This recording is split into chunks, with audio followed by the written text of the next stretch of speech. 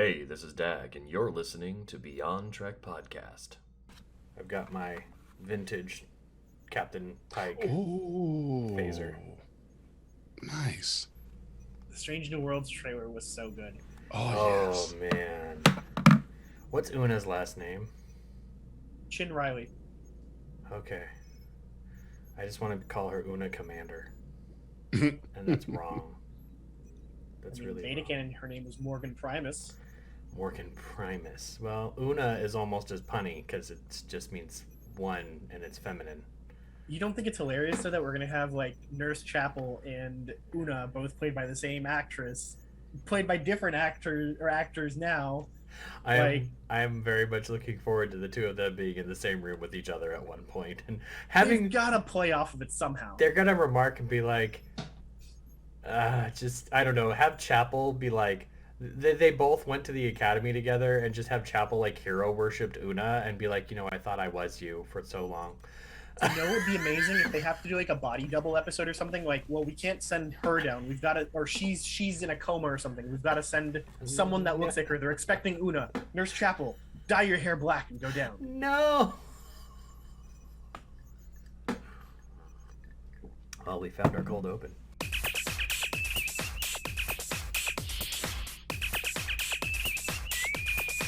Red alert. Hey, everybody, and welcome back to Beyond Trek Podcast. I'm Dag, one of your hosts, and in the room today I've got Renzo and Big J. Today we're going to hang out and talk about Star Trek Picard Season 2, Episode 5, Fly Me to the Moon. Bonus points in the comments if you know who sang that song originally and if it's appeared on Star Trek before. But before we get into that, a very special announcement.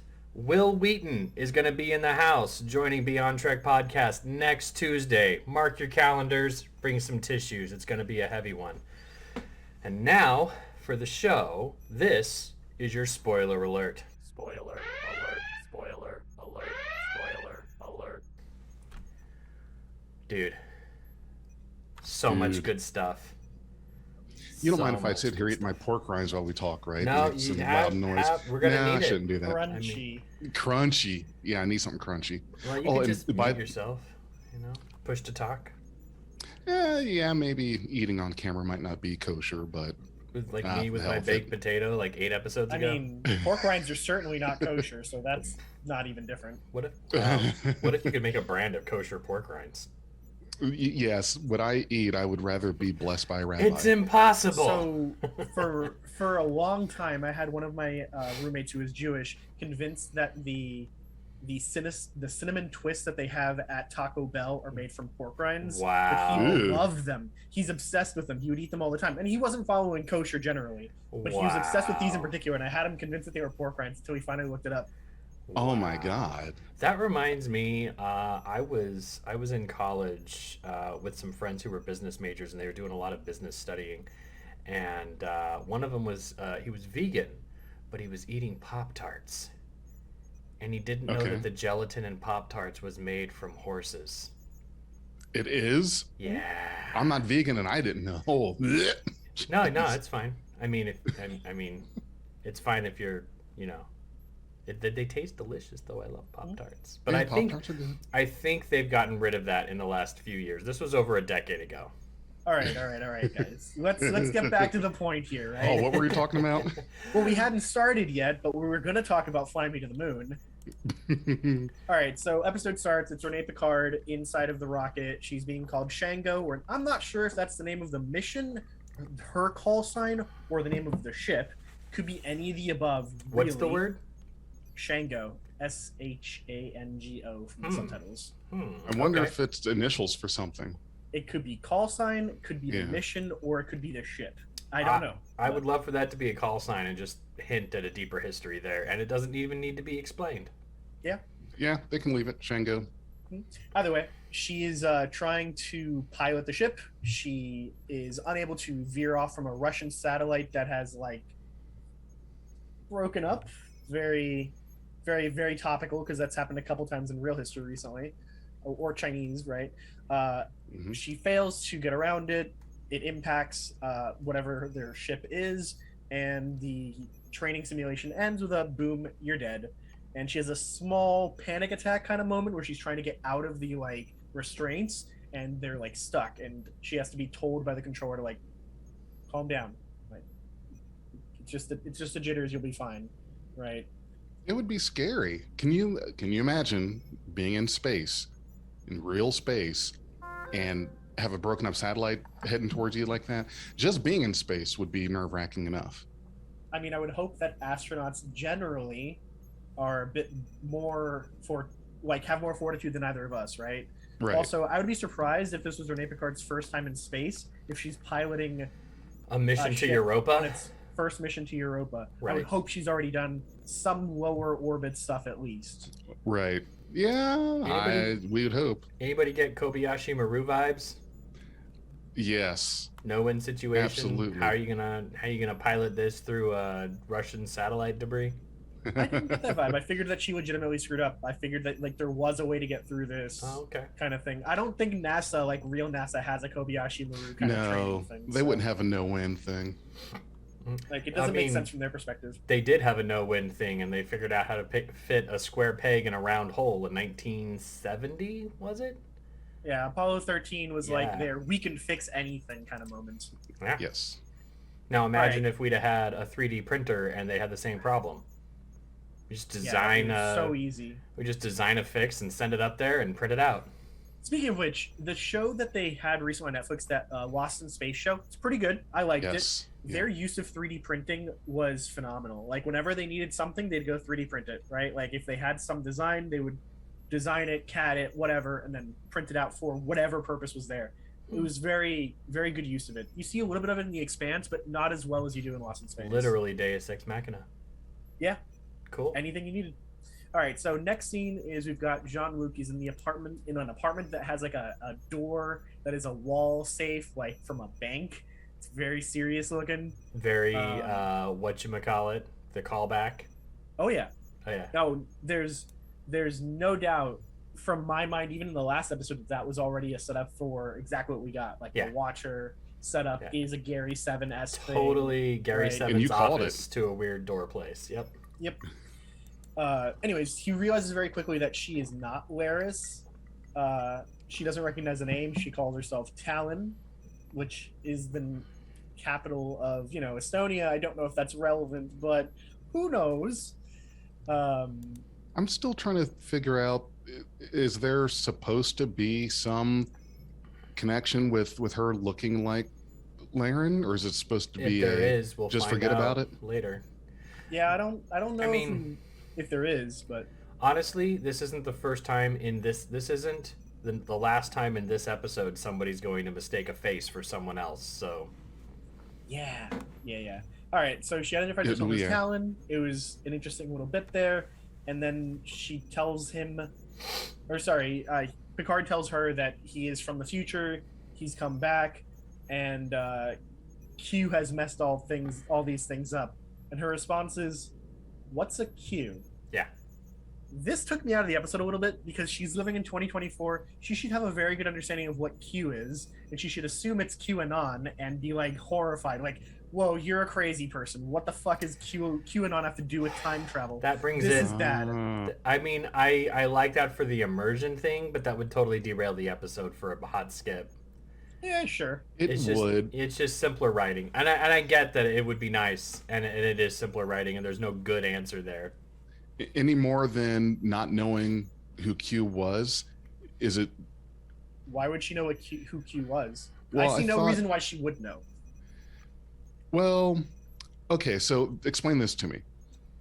Gary 7, I totally remember that episode, and I know that he was like a watcher, she's a watcher, but they are aliens, right? Nope. They are normal, regular people, but how do they have this power, basically, let me rephrase that. They were kidnapped by Doctor Who's people. I don't remember the name of those species, and then They never said it. returned. And they have a little sonic screwdriver, but it looks like a pen instead. And they're here to monitor fixed points in time, like the Apollo launch and Renee Picard's launch. They're just regular humans with access to more advanced technology. Yeah. They were just kidnapped and like bred. And as I recall, it what? wasn't even that far away. Like it was like Alpha Centauri or something. Okay. I don't think they said where. It was just like 1,000 light years kind of thing is what they'd said. Then I took it as that they knew or should have known more than they did on a galactic scale. They weren't like that. They were just, here's your mission. I see Do no it. reason why they would tell an agent Right. like Laris or Gary Yeah. more than they needed to know for just the purposes of their mission, Yep. assuming that their overlords even have a clue who Q is. Because I can imagine that there are many races in the galaxy that have sure. no idea what a Q is. But you know, That's a good point. They seem to have learned their lesson from the Gary 7 encounter because they have all these. They have the ability to like transplant their consciousness or somehow take over the consciousness of other beings. Totally unexplained so far. Totally no details for that yet. Yeah. I would like more details for that. It is weird. I would like to know more, but we are where we are. I did like the fact that immediately Picard, who is a history nerd, knows all about Kirk's Enterprise encountered a being named Gary 7 in the past on Earth. I appreciate that. It makes perfect sense for me that Picard would know that. Well, A diligent Starfleet officer who had the opportunity to actually meet with and work with Kirk. And this also isn't the first time a Picard's mission has intersected a Kirk issue. You know, there was Right. the Psi 2000 virus that hit the Enterprise in 2364. There was Unification.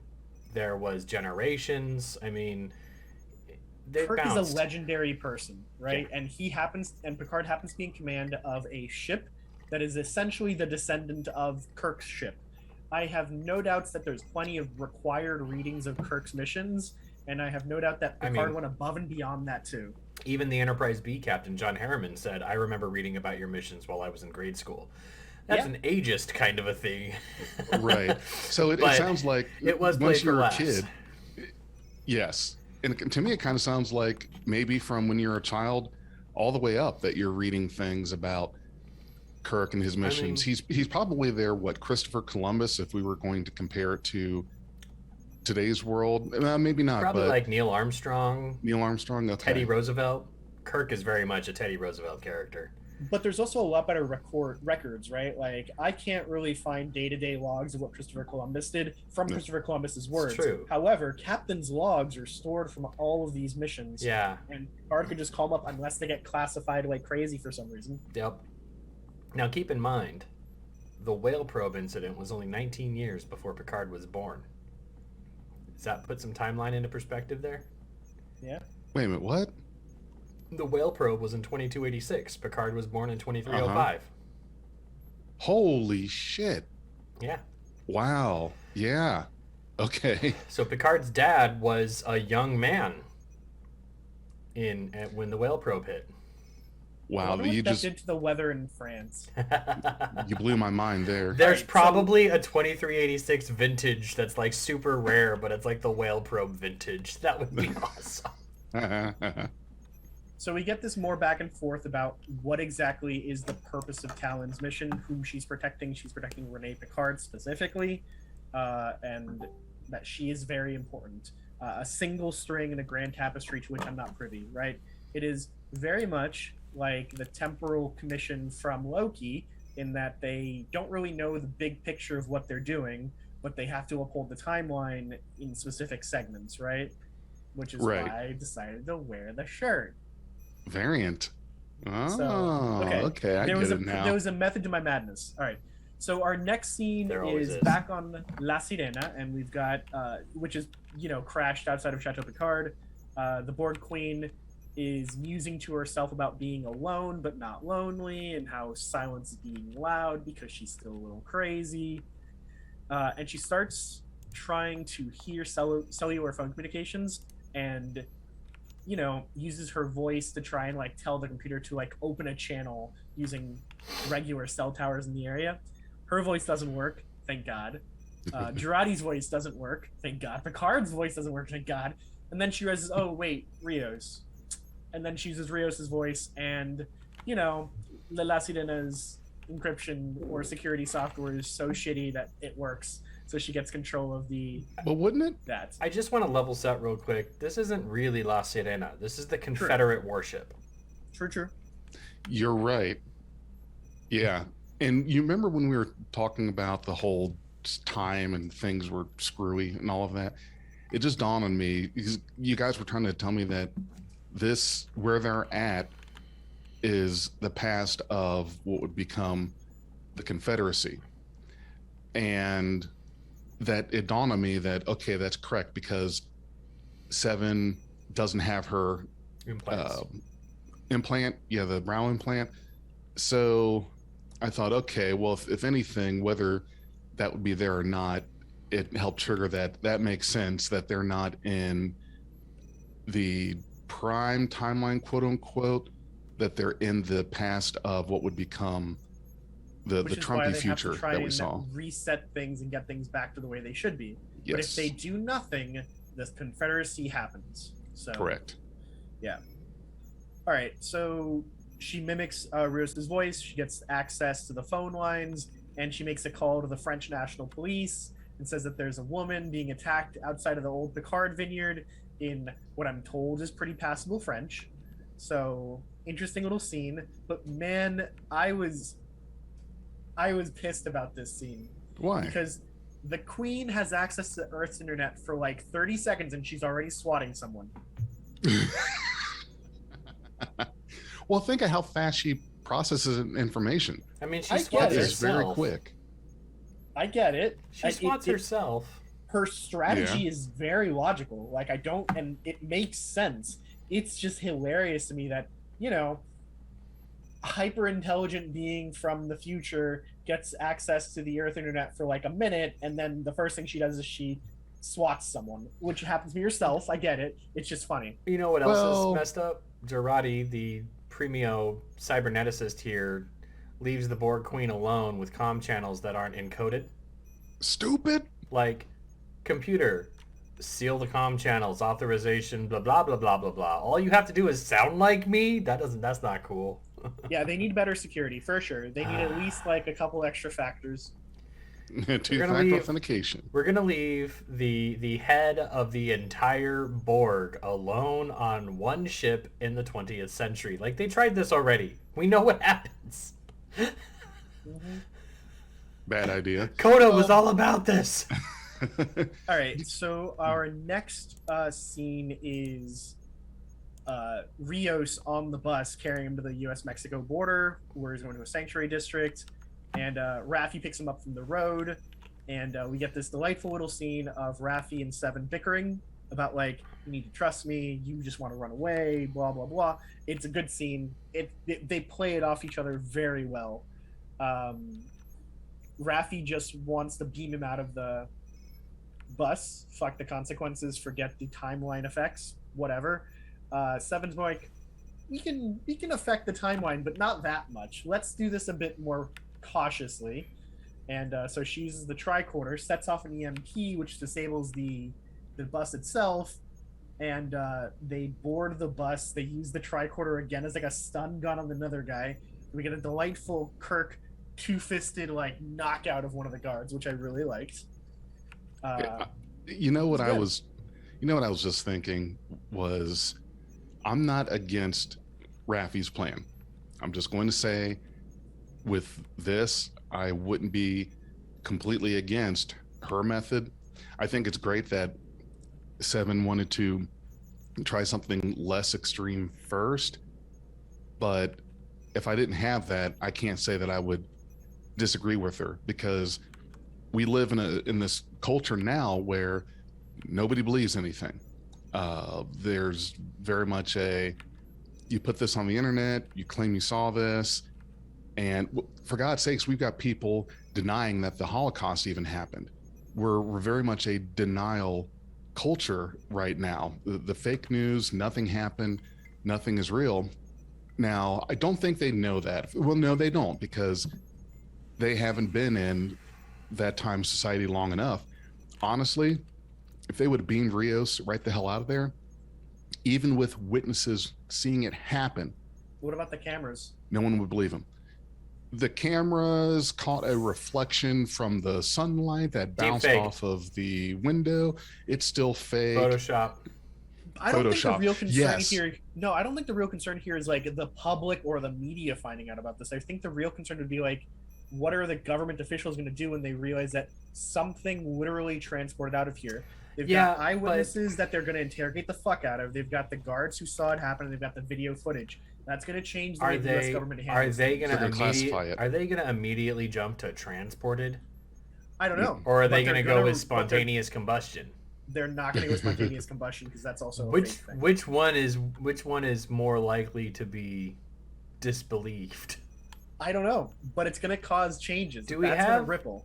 Do we have? You know what? We do have evidence of transporter in the timeline. Well, we don't because Star Trek 4 didn't happen. Never mind. Let me ask you this, guys. Do you believe that there really have been UFOs, contact with extraterrestrial life here on this planet? I'm talking real life, real world. No. Dag Not says really. Not I- really. Renzo down. I'm going to betray myself because I am absolutely fascinated by firsthand accounts of supernatural contact and stuff like that. I love those. I love to read into them and see what's going on there. But I have been disappointed by the people who give those firsthand accounts being interviewed years later and giving a completely different account. And I'm Right. thinking if that ever happened to me and I was able to remember those details, they would be burned into my brain in one story for all time. So Yes. do I think they visited us? No. Or rather, do I think the accounts that have hit the news to my ears are real or true? I do not. However, it's a complete waste of space for us to be the only people in this universe. Yeah, that's my approach as well. I have zero doubt that there is life out there. It is statistically impossible. That The we're math only says there things, is, right? or That was, or being will be. said, the galaxy is really, really big, and it's probably full and teeming with life. I see no reason why somebody's going to show up here just to beam up some dude in the middle of Kansas to anal probe him and then set him back down, rather than he was just drunk or high and didn't know what was happening and came up with a story, right? Or he had a hallucination, right? I just don't buy it. I would love for there to be confirmation of some sort of like UFOs or extraterrestrials, but I am dubious. I am a skeptic. But if there really was, and getting to the point that I was going to make here, if that really did happen, that information would be classified. For sure. We would never know about it. Anyone who saw or witnessed or was part of this disappearance of this guy would end up in some kind of black site somewhere. You'd never see or hear they from were them again. already on their way to one in the first place. Also true. True, yeah. So that's all I'm saying is if we had gone with Raffi's plan, her and Seven didn't realize it, but that was a very plausible, realistic, it would have worked. It idea. would have worked, but it still would have affected U.S. government, right? Which causes butterflies. If the government certainly starts thinking something happened to this person, he's no longer here, they're going to start being like, okay, is this some kind of Chinese technology that we Well, don't they know already have about? Chekhov's phaser. No, they don't, because Star Trek 4 They didn't don't. happen. Oh, not in this. Okay. Yeah, that was my thought too. Was they beamed Yeah. out of the hospital elevator? There would be government of record of that, but because Star Trek 4 hasn't happened, that didn't happen as well. Gotcha. I know. Wibbly wobbly, timey wimey nonsense. Okay, going Yeah. back to the episode. Thanks. Yep, going back to the episode. So they're getting people off the bus. They're slicing their wrist cuffs. Oh. They are letting them all out. It's really get the this- actor too. It's great. We get this moment where there's this person behind Pedro, who's the friend that Rios had made, like in the background, who like looks a little bit like Elnor, and you gotta look at him, but you know it's not Elnor, but it looks a little bit like him. Then when they're finally coming off the bus, and you're essentially Raffi is like your only main character there, he looks just like Elnor. It is Elnor, and she grabs him, and as soon as he turns around to look at her, no longer looks like Elnor. It's a good psych out. I appreciated it. It shows this trauma that Raffi's experiencing, this like mother figure who's lost her son kind of thing. I thought that was So- Elnor for a hot moment. As So long did I. I didn't think it was likely. But the Laris Right. thing made me doubt it for a second. I was like, well, wait, if Laris is in this timeline, maybe Elnor is too? So it was a good swerve. Mm-hmm. How long has Elnor been dead? A couple days. Yeah.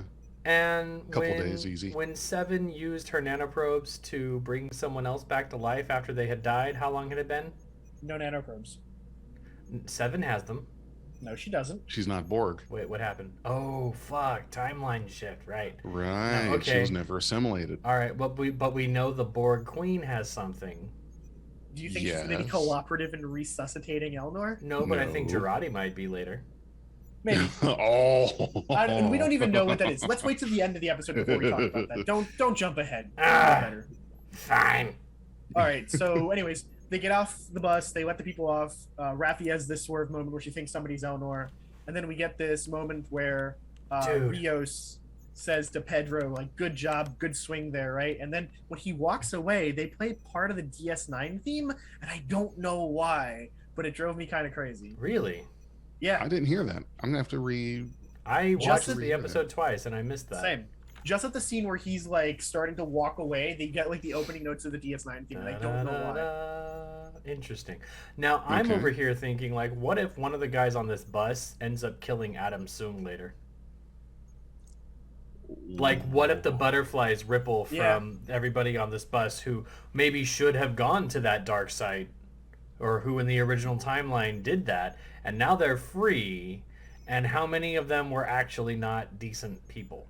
I don't think So- the timeline is 'Cause that we sensitive. don't know. Well, We I mean, don't know. if they kill Adam Soong, it absolutely will be. Yes. 'Cause Adam yes, Soong is Soong a yes, supposed hero. to die. Maybe But- Adam Soong is supposed to die. Okay, well then we have our, Edith Keeler must die moment. Like, do we Right. know what's supposed Like to I happen said last to this episode, man? right? I'm not sure that the Renee Picard thing is the real main event here. I think that may just be a red herring to distract Picard in this timeline, and the real thing is what he's doing with Soong. I'm not sure, Yeah. but I think that that's something we should consider. I don't disagree. There's definitely two things at play here, and I think Q knows that if he makes a play for his ancestor, Picard's going to run with that, while he really screws with the Soongs. And I'm really pissed off about this intersection of Soong and Picard again. I mean, it's weird. It feels ham-fisted a little bit, but whatever. For sure. It's Well, this definitely was- contrived. This was what I was saying in regards to the timeline not being that sensitive. Yes, if Erickson dies, of course. What I was referring to is someone on this bus who maybe was supposed to go, didn't, that causes someone to end up being the one that performs this act that then destroys the timeline. I don't think it's that sensitive. It's not. One bus with some immigrants on it is not going to somehow cause a butterfly effect that would lead to the death of I mean, one of the Soong forefathers or something. You It say can't be that that. sensitive. you say that, but then there are instances like in California, in San Francisco, there was a murder that was perpetrated by someone who had been deported a couple of times and made their way back to San Francisco and murdered this person, and this person's death was used by aspiring wannabe politicians to run for office and talk about how bad the illegal immigrant crisis was, and the crisis on the southern border and all the other key terms and buzzwords that get votes. And then you get these other people who get into power from that, and those people change things. Then again, maybe this bus was supposed to be intercepted in this fashion, except it wasn't going to be by Raffi and Seven, but by some other group. Or- Somebody's prison buddies that were going to break them all out at this point. Or it just got into an accident and these guys Yeah. got free. Yeah. And Let's Right. go with Occam's razor. It's impossible to know, right? But Right. I'm with you that it bears further consideration. Maybe they all just get recaught, right? Like except Pedro, maybe. Or maybe they all Yeah. just get recaught the next day. Who cares? I feel like we're gonna see Pedro again. I do too. And maybe I don't know why. Maybe Pedro's going to be the linchpin that helps us out in the end because we helped him. Yeah. That happens a lot. That's another one of those tropes. And that's my takeaway from the discussion that we're just having now is I think it's a slippery slope to assume that the timeline is so fragile that something like a bus, whether it gets to a point or not, could be enough to end up leading to the causes of Big J. complete destruction of the Go timeline watch because Everything Everywhere All at Once. Oh, is that out yet?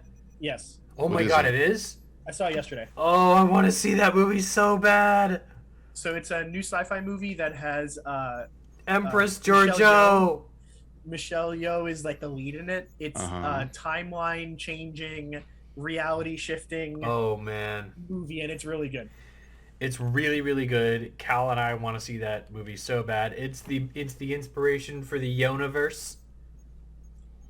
So you I also didn't have check it Jamie out. Lee Curtis in it, who is great Okay. in it, right? Yeah. And James Hong. And So the Short Round, I actor who played Short Round in his first film in like 20 odd years. he's All right. great. Anyways, I'll check it it's out. a fantastic sci-fi kung fu flick, right? It's really good.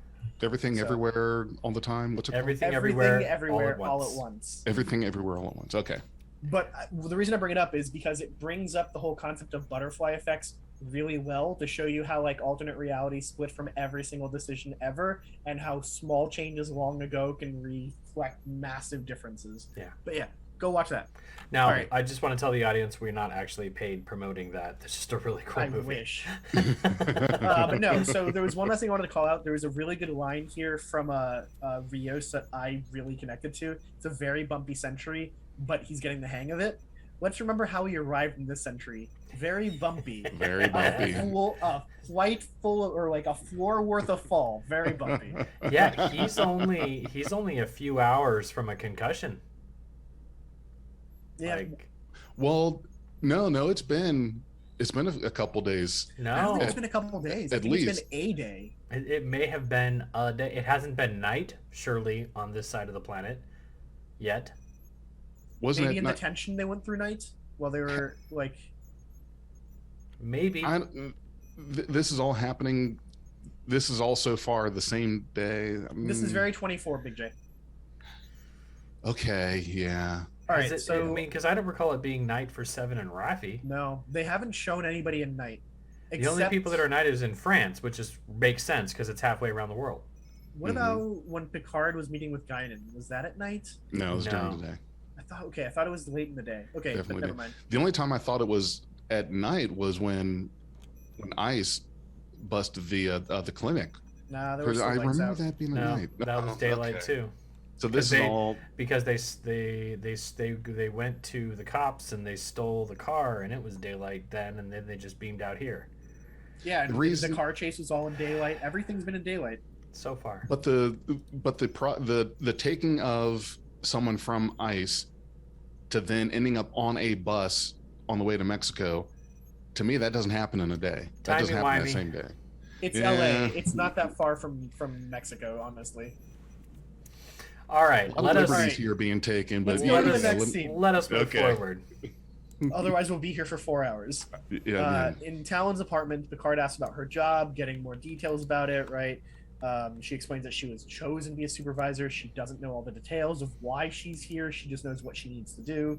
And here's where Picard has this little like history moment where he remembers that, James T. Kirk once encountered a Gary 7, right? Which was great. We talked about that a minute ago.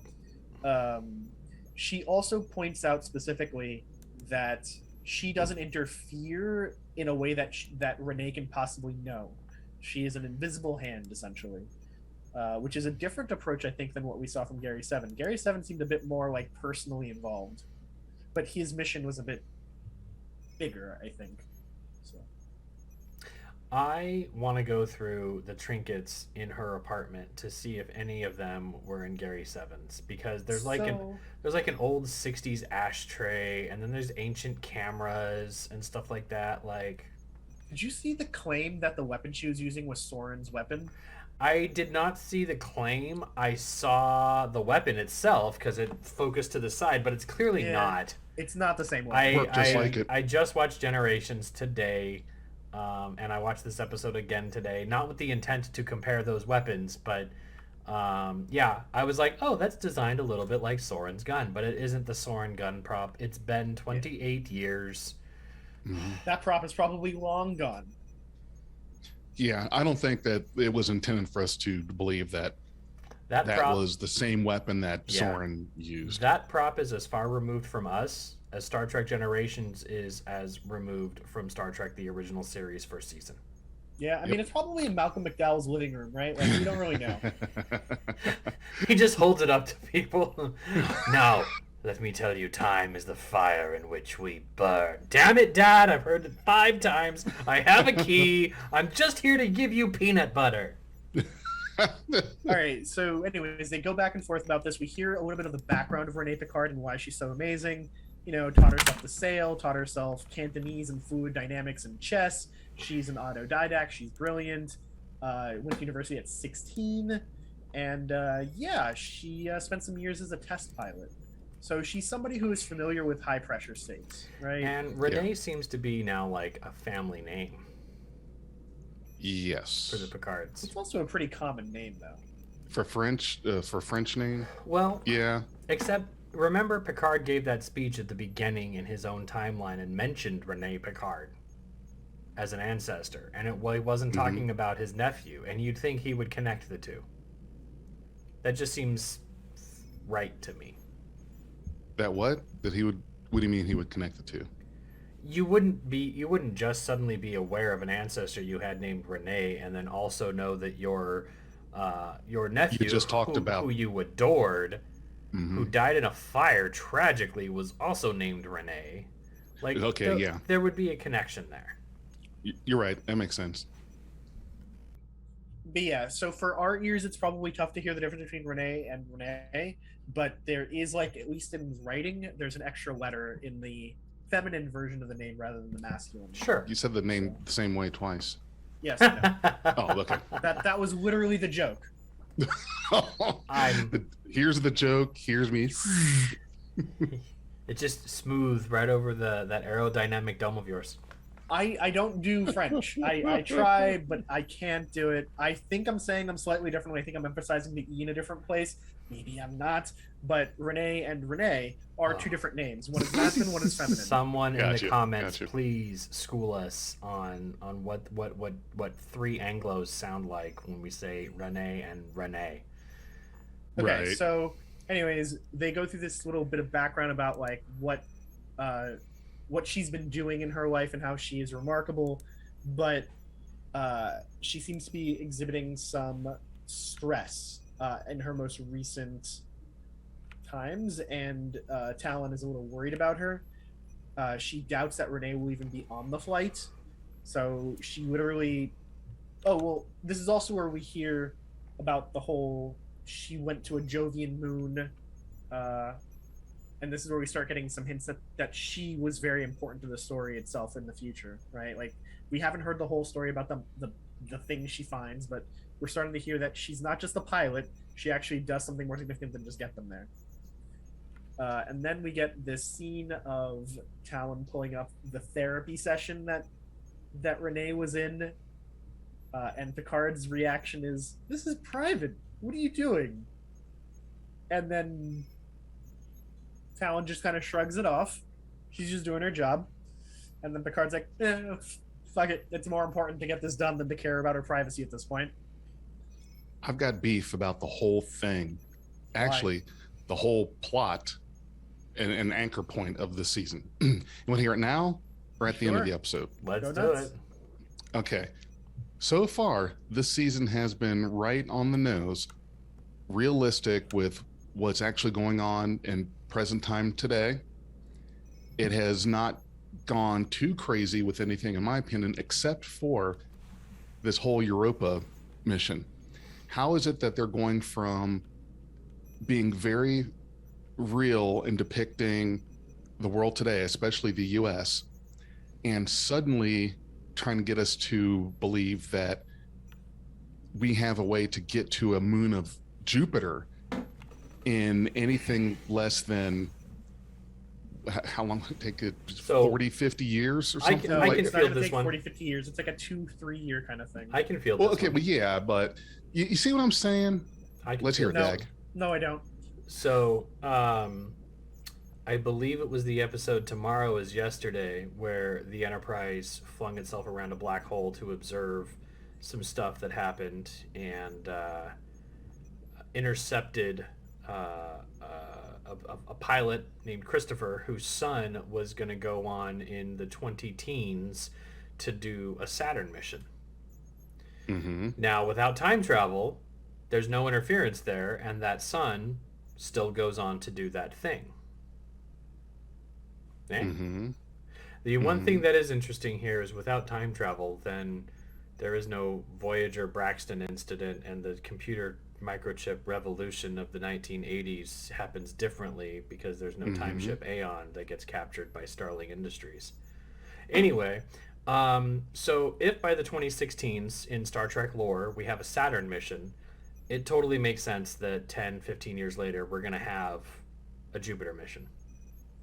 So Saturn's further out than Jupiter, right? But if they're just doing like an orbital fly around of Saturn and come back, then that works just fine. That's what I'm saying. If we can get to Saturn in the teens, we can absolutely get to Jupiter. Yeah, that's fair. More so to the point, though, Big J, Star Trek's version of 2024 is not our version of 2024. There are some technological differences for sure. We see them in this episode. We've seen them before. But in the very episode that Gary 7 is brought in, they talk about having nuclear missiles on satellites. That has never happened in our reality, right, for many reasons, legal and technological. But they managed it in the 1960s in the Star Trek universe without our interference. Without interference. That's before anybody got involved, right? So the Star Trek timeline is already different, and in some ways more advanced than ours. Gary 7's mission was completely unencumbered. That's cool. Yeah. I guess the part that I hear what you guys are saying. I totally get that. The part I'm just having trouble with is all of these things were shown very much on the nose, but however, it takes 3 professionals sitting here in seats recording a podcast to justify or explain how, out of all this realism that we accept, this person is going to be in a single person craft to travel to We don't know Europa. that. We don't know that. You're assuming that she's in a single person we craft. don't know. We don't know it's a single person craft. We know that she's going to be in charge of piloting at some point, or maybe she has to take the wheel at some point. But there's probably going to be a mission ops team. There always would be a mission ops team. And the other thing is that she's in the co-pilot seat is right next to her, so there's definitely a second seat right there. The other thing is, I still have a hard time swallowing that's okay. that. That's okay. Suspend your disbelief. That's really all I can say. That's a lot of suspension. I want to veer off for a second, so pardon me. Okay. But the 3 of us are way into the minutia. We dig in deep. We are Beyond Trek podcast for a reason, and the listeners listen to us because we dig in deep to this stuff. But we're not the general audience. We're like the fringe 0.01% who can name all the episodes, know all the tech, can talk to you about anything everywhere all at once. Right. And that's us, and that's our niche. But the general public who's watching Picard right now, you've got your, my in-laws watch it. They're in their 60s and 70s now. And they're watching it for fun. They're not going into the minutia like we do. You've got young people for whom this may be their first or second or third Star Trek. So they don't know all the minutia like we do. We've got like 30 odd years of history that we have watched over and over and over and over. The historical documents, as some might say from another franchise. But, so we dig in and we go, where are all the details that make everything make sense? Our suspension of disbelief is harder because we have this buildup of knowledge. For the kids who are watching this, for the people who are watching it casually, for the general audience for whom this is pretty much targeted, because without the general audience, you don't really have a show. They're not digging into it like we are, and they're just going with the flow. Okay, so, right. All right. So they don't have the burden of the minutia to try to reconcile that I don't really part feel of like there's anything to reconcile for this one, right? Like, it's not our timeline. It's a small difference. Instead of trying to go to Mars or trying to go to Europa, which is the next thing out there, right? Like, it's but we also, not all that different. And it's not that far away, Big J, just to be clear, right? Like, a mission to Mars takes about 9 months going and about 11 months coming back, usually, based on your typical orbital windows, right? A trip to the Jupiter system, which is just Jupiter and its glowing moons, is about 17 months out and about 22 back, right? So it's really not all that different. If you can make it to Mars, the difference of getting to Jupiter is not all that great, with one exception: radiation. Everything being in low orbit around Jupiter, like those moons, is going to get bombarded by a lot of radiation, way higher than you would around Mars. So that's the only thing to worry about as far as difference goes. We talking about like the Van Allen radiation belts that are around Earth, but they're a lot more intense around Jupiter? Correct. Exactly that. It's exactly that's why Io, which is the volcanic moon in orbit of Jupiter, right? It's so volcanic because it's constantly flexing in and out from gravity, and because it's being bombarded by radiation from Jupiter. Cool. Okay. So that's the only thing that would be different. If you can make it to Mars, you can make it there. There's not much else to worry about. Is the radiation just reflected light? That's what light is. I mean, light yes, is a form of radiation. I know light is a radiation, but I mean, like, there's not like a nuclear geyser on Jupiter that's just sending out. I think Not Renzo really. knows more than we know, though. Renzo's a watcher. He was knows something Renzo's a watcher. Yeah. He was sent by the preservers to keep us doing this podcast, or to try to get us to deny. stop. One of us is a fixed point in time. Here we right, go. Going back to the damn episode. Before we get more I understand all of that. The last thing I'll say is I understand all of that. I just have a problem with the presentation that this is all depicted very realistic, but suddenly we want you to accept this piece that really doesn't match the realism that we've been doing so far this whole season. That's it. That's the last thing And you're I'll probably say. not alone. If they had chosen to do Mars, right, it would have been much harder to justify finding sentient life on Mars, which is what supposedly she thinks she finds, right? Finding sentient life on Io or Europa is much more likely because either A, Europa has a water layer that's massive. There's more water on Europa than there is on Earth, and it's warm enough to remain liquid.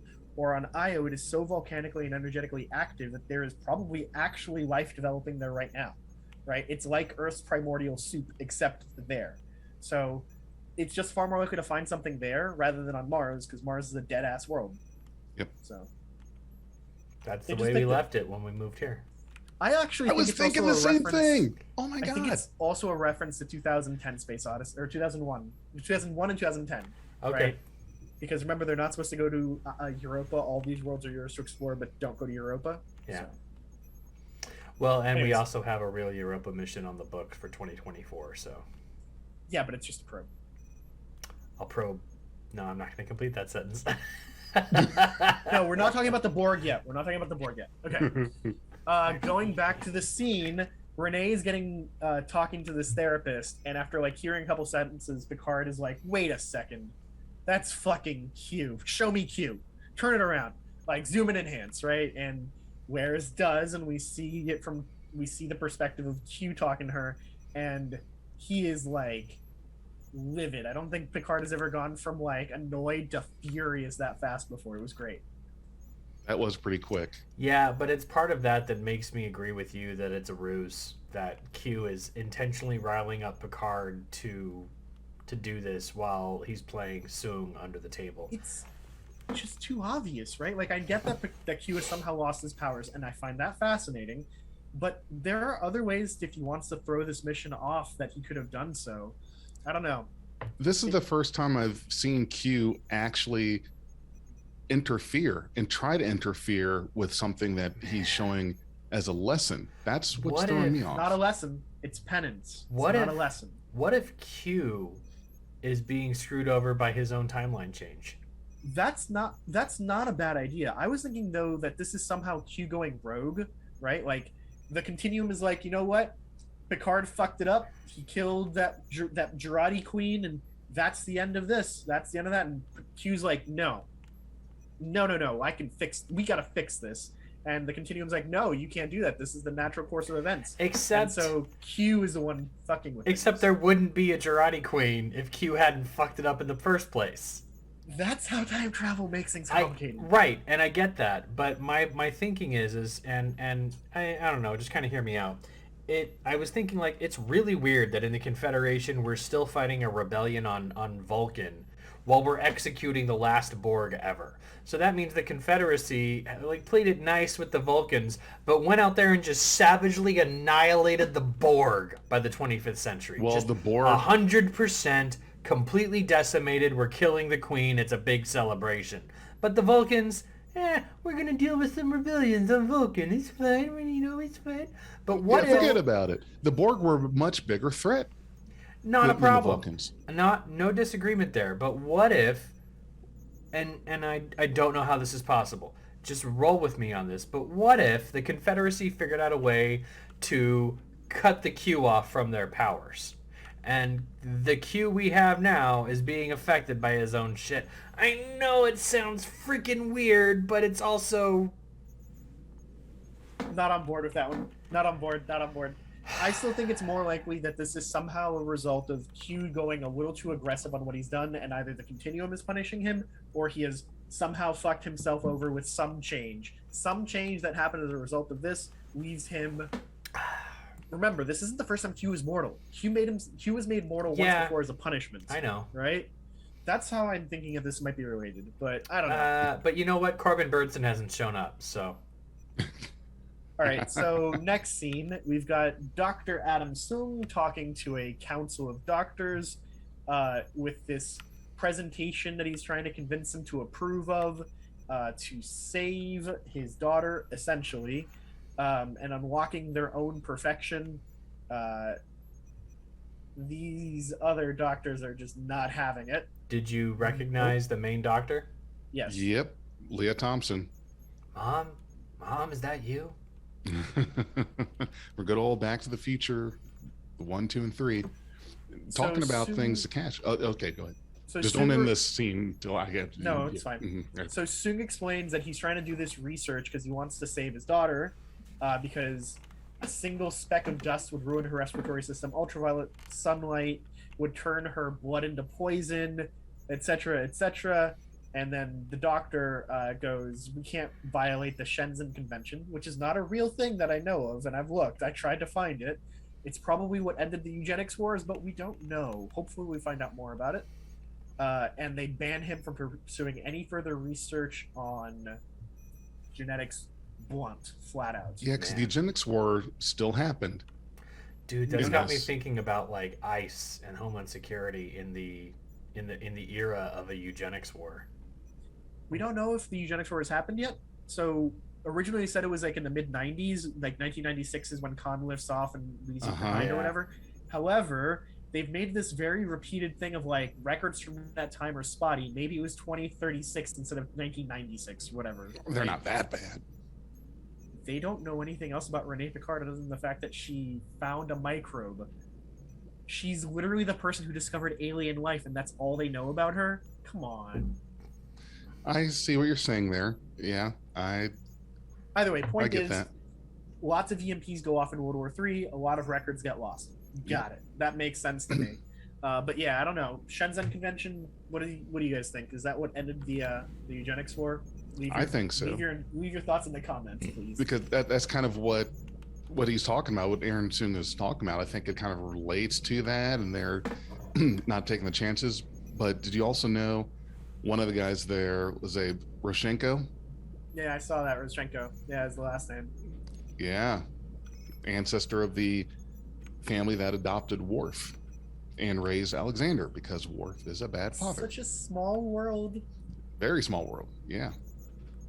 All right. So next scene is a pissed off Dr. Sung returning to his lab and being greeted by his daughter Corey, who looks kind of familiar. I feel like we might have seen this actress in one or two places before. I think so. But Issa Briones is great.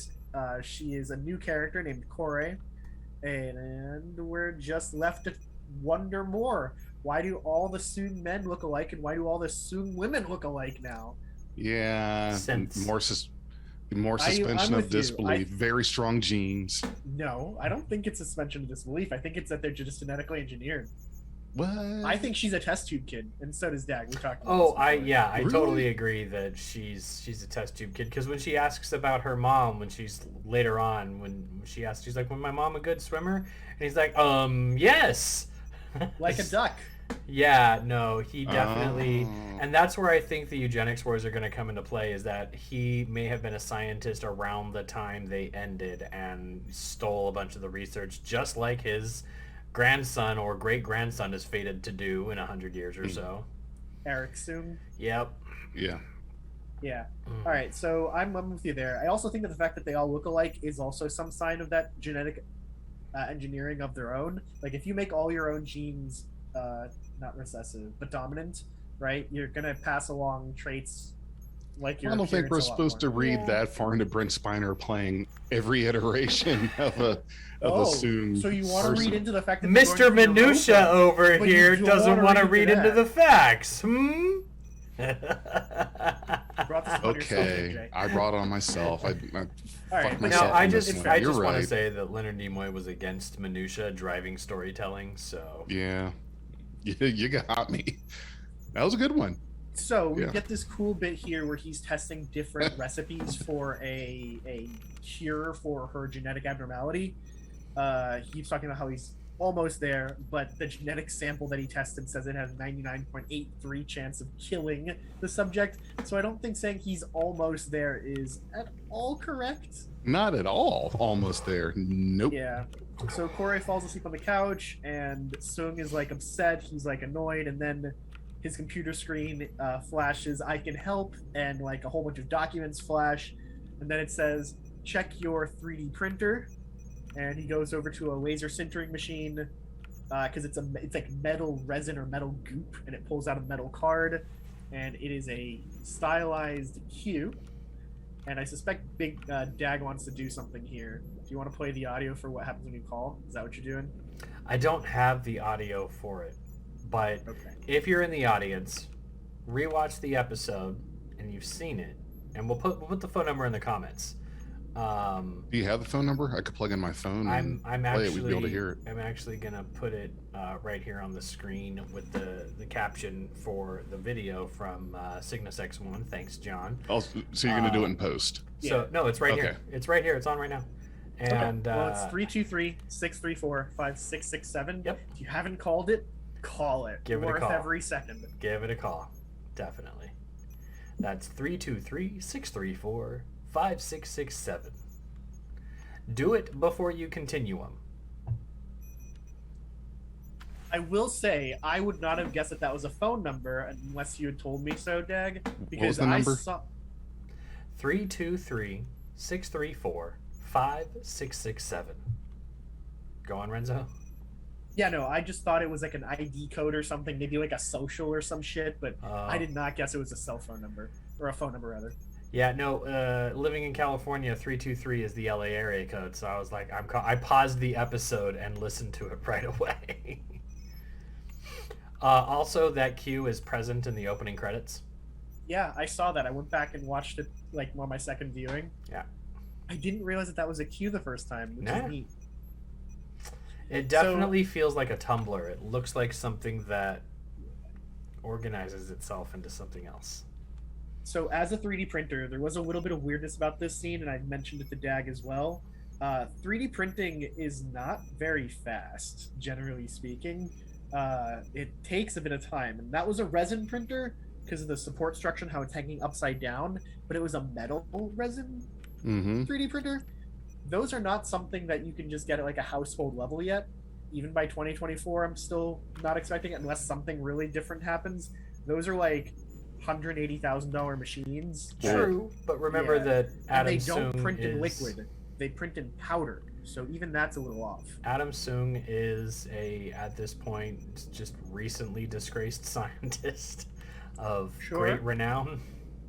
I love that they did it this way. I have no complaints about using it this way. I'm just saying the 3D printers out there will know with me. Like, if only you could print out something that size, that fast, that perfect from like 4 seconds, because that doesn't happen. So the guy Did who you- says that we can go to Jupiter doesn't think we can 3D print metal in 4 seconds. Oh, shut up. It takes that long to even warm it up, man. No, Leave I me offered a alone. counterpoint here. What if, I mean, we already get a sense in the future that Q knows how to time things precisely. So what if he just started printing this job before he needed to? Yeah, I don't know. It's a good thing it wasn't out of toner. But no, hey, so I thought Toner. that whole thing wasn't wasn't that a bit extra? Like, why not I just put the loved damn it. number on the screen? Because it's Q flexing. It is literally Q flexing. Yeah. Hacked his Yeah. network from external, showed him tantalizing bits of info that'll tease him. because at some point Adam's gonna drop this card and it's gonna get picked up by Raffi or the Borg Queen or somebody, and they're gonna call it, and he's gonna be like, I was wondering when you would hit me up, Captain, El Mon Capitan or whatever. That's why we need this prop. I mean, we had Chekhov's gun.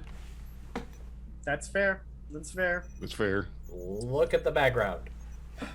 All right, so cutting to our next bit, we're back at the Chateau Picard, and we've got this like French gendarmerie who's like last name is Leclerc. Hey, thanks for calling him out appropriately. If I happen to know the name, I'll definitely try and say it. Yeah. He explores the house, flashlight in hand, you know, calling out every now and then, but not hearing anything back. He's about to light a cigarette, and then he hears a shimmering across the field, and it's the Lassiter's cloaking device, like being imperfect because the ship is damaged to hell. So out he goes, runs inside, and he starts hearing like the calls of some poor damsel in distress with his gun drawn. He's like, this can't be real, looking around at this like spaceship that he's suddenly inside of. And he finally approaches the Borg Queen, who's been saying things like, I can't see you, but just follow the sound of my voice. Which is also a Star Trek reference, but... the sound of her voice. Yeah, as soon as he gets close enough, some tentacles come out of her back and like grab him. Okay, so all the references they're doing are all freaking time travel crazy references, because the sound of her voice is a DS9 episode that involves some time wonkiness. Did he call in backup when he got there? I don't remember. Okay, so he's about to walk. No, he pissed his pants. I would have. You walk into a room and you find out that the hanging, you know, the thing that you probably thought was some kind of ornament or a lantern is talking to you, and it's half a body. And it's also making fun of the fact that he smokes cigarettes, right? Like, that's just mean.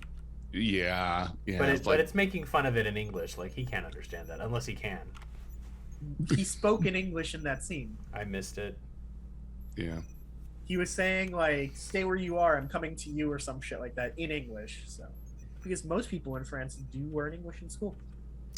I am but a lowly American. Yeah. Is that a synonym for monolingual? No. I mean, parler franglais.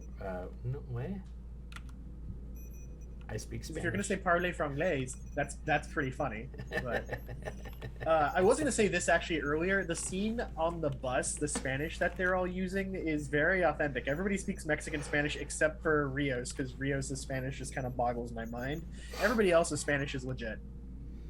But Rios?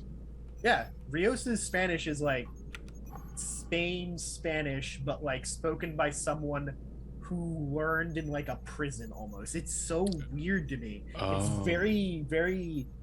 That's interesting because I learned Castilian in school. Yeah, I mean, my point is more so, he speaks with a lot of inflection and slang that shows that he was not like highbrow. It's like the opposite. Everything that he says comes off as very lowbrow to me, and I don't know exactly why. Okay. But yeah, everybody else on the bus just spoke regular Mexican Spanish. He's got the snooty Spanish down. Snooty? He's got the opposite of the snooty Spanish. Really? I thought that's what I'm saying. It's very lowbrow. I always thought Castilian was considered like high Spanish. The actor's Venezuelan, right? But he doesn't speak like a Venezuelan as far as I'm concerned. I know many of them from back home in Miami, but he doesn't sound like he's Venezuelan. It sounds like he's trying to sound like a non-Madrid Spaniard. Is what it sounds like to me, but a non-Madrid Spaniard who was raised in like the rough side of town, right? Like the same way you would think of a Cockney accent as being like the rough side of London, right? Yeah. It's something equivalent to that. Huh. Interesting. Well, and that's what I get for having Spanish as a second language and not being able to pick that up. Yeah, I mean, really it's perfectly intelligible. It's intelligible. I can understand what he's saying. It's just like that's an interesting way to say that. Why did he say it like that? I get it, but my exposure to Spanish-speaking communities is so limited that I don't know the accents. I don't know the regionality of it. So it's sad deviation here. My grandmother, she used to be really, really good at like telling accents just by hearing somebody say. Like we would be in a supermarket and she'd hear somebody talking to somebody else, and she'd be like, "Oh, she's from Medellin, but she was poor," and no way to confirm it, but she'd always do this sort of thing, or like, "Oh, I love her accent. She's got to be from Barranquilla," or "That lady, she's from Buenos Aires. You can tell because she rolls her R's this wrong way," that kind of stuff. Like my grandma would be amazing about it. You know, I wish I could have run Rios past her before she got dementia. My primary Spanish teacher was Cubana, and my Spanish has a very clear like Castilian Cubana fusion going on, because I don't say yo soy, I say yo soy, and the Cubana accent kind of gets that. I don't know what that's called, but it changes that Y from a ya to j. Yeah, no, I've got a bit of a muttly Spanish, I guess is how I'll phrase it. Miami is a Cuban city, right? But my family's from Peru, so I learned to speak Peruvian Lima Spanish, right? Which is a very conquistador-esque Spanish. It hasn't changed much since, like, 1500s, basically, right? So my Spanish is considered very neutral. People can never guess what country I'm from. They can always just guess, but you're not from here. You're from you're from next door. If I'm in Bolivia, they think I'm from Ecuador. If I'm in Ecuador, they think I'm from Colombia. If I'm in Colombia, they think I'm from Venezuela. It's just like you're great, but you're not here. You're there, right? They're always wrong. But so I have a Spanish that I'm told is very easy to pick up if you are not a native Spanish speaker, because it's very clear and my diction is good. I don't know. But my point is, I just wish I could have run Rios's like Spanish past my grandmother just to see what she thinks his accent sounds like, or because she was really good about figuring out where people were from that way. And if any of you are wondering why I have nothing to say during this conversation, it's because I took German in school. Sprachen Sie Deutsch? Yep. Ja, ich spreche Deutsch. Okay, so cutting back to the episode, we are not even halfway, I think. Beyond Language Podcast. Oh man, this was fun. Okay, so anyways, the scene ends with the Queen shooting what sounded mechanical but looked very biological tentacle at the cop, and that's where that scene cuts in a very hard like fade to black. Here's your commercial break kind of thing. Yep. So back in LA, he's gonna get assimilated or something. It's what it felt. No. I was over here thinking like she was gonna make a new body for herself. I was thinking, that's what I was thinking. I thought she was just gonna be like, don't need these parts, rip. Here are the legs, attach. Yeah. I was very like, oh, they're going body for horror. it. Yeah. It was very body horror for me. Yeah. Yeah. All right, so cut back to LA. We've got Dr. Singh meeting with Q at like some little diner. They do some witty repartee back and forth, and you know, he doesn't want to deal with basement-dwelling Nazis or rich heiresses trying to clone their fucking cats. Good use of verbiage there. Loved it. We get a lot of Adam's personality here, because he also says, you know, if you're just trying to waste my time or mess with my daughter or whatever, that I will kill to protect something. And he was like, that's what I like about you. And I was like, okay, so Adam's been here before. Okay. All right. Yeah, the fact that he's willing to kill suggests that he's been through a lot, right? Like, especially with the eugenics war theories that we were talking about before. Like, he's seen some shit. Well, I mean, what if he was the scientist that pushed the button to launch Botany Bay out there? Oh. Great way to get rid of your competitors.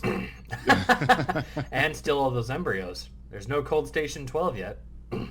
I know this would have been a little too ham-fisted, I'm sure, but I was kind of hoping Q would say something about his resemblance to, I know, an android that looks like you or something. I don't know. Some kind of recognition, or we may get that in their further discussions. They're gonna meet again. Yeah. Some kind of joke. Series isn't over yet. Yeah. So we get a couple little quick references that I thought were pretty neat. I didn't pick this one up.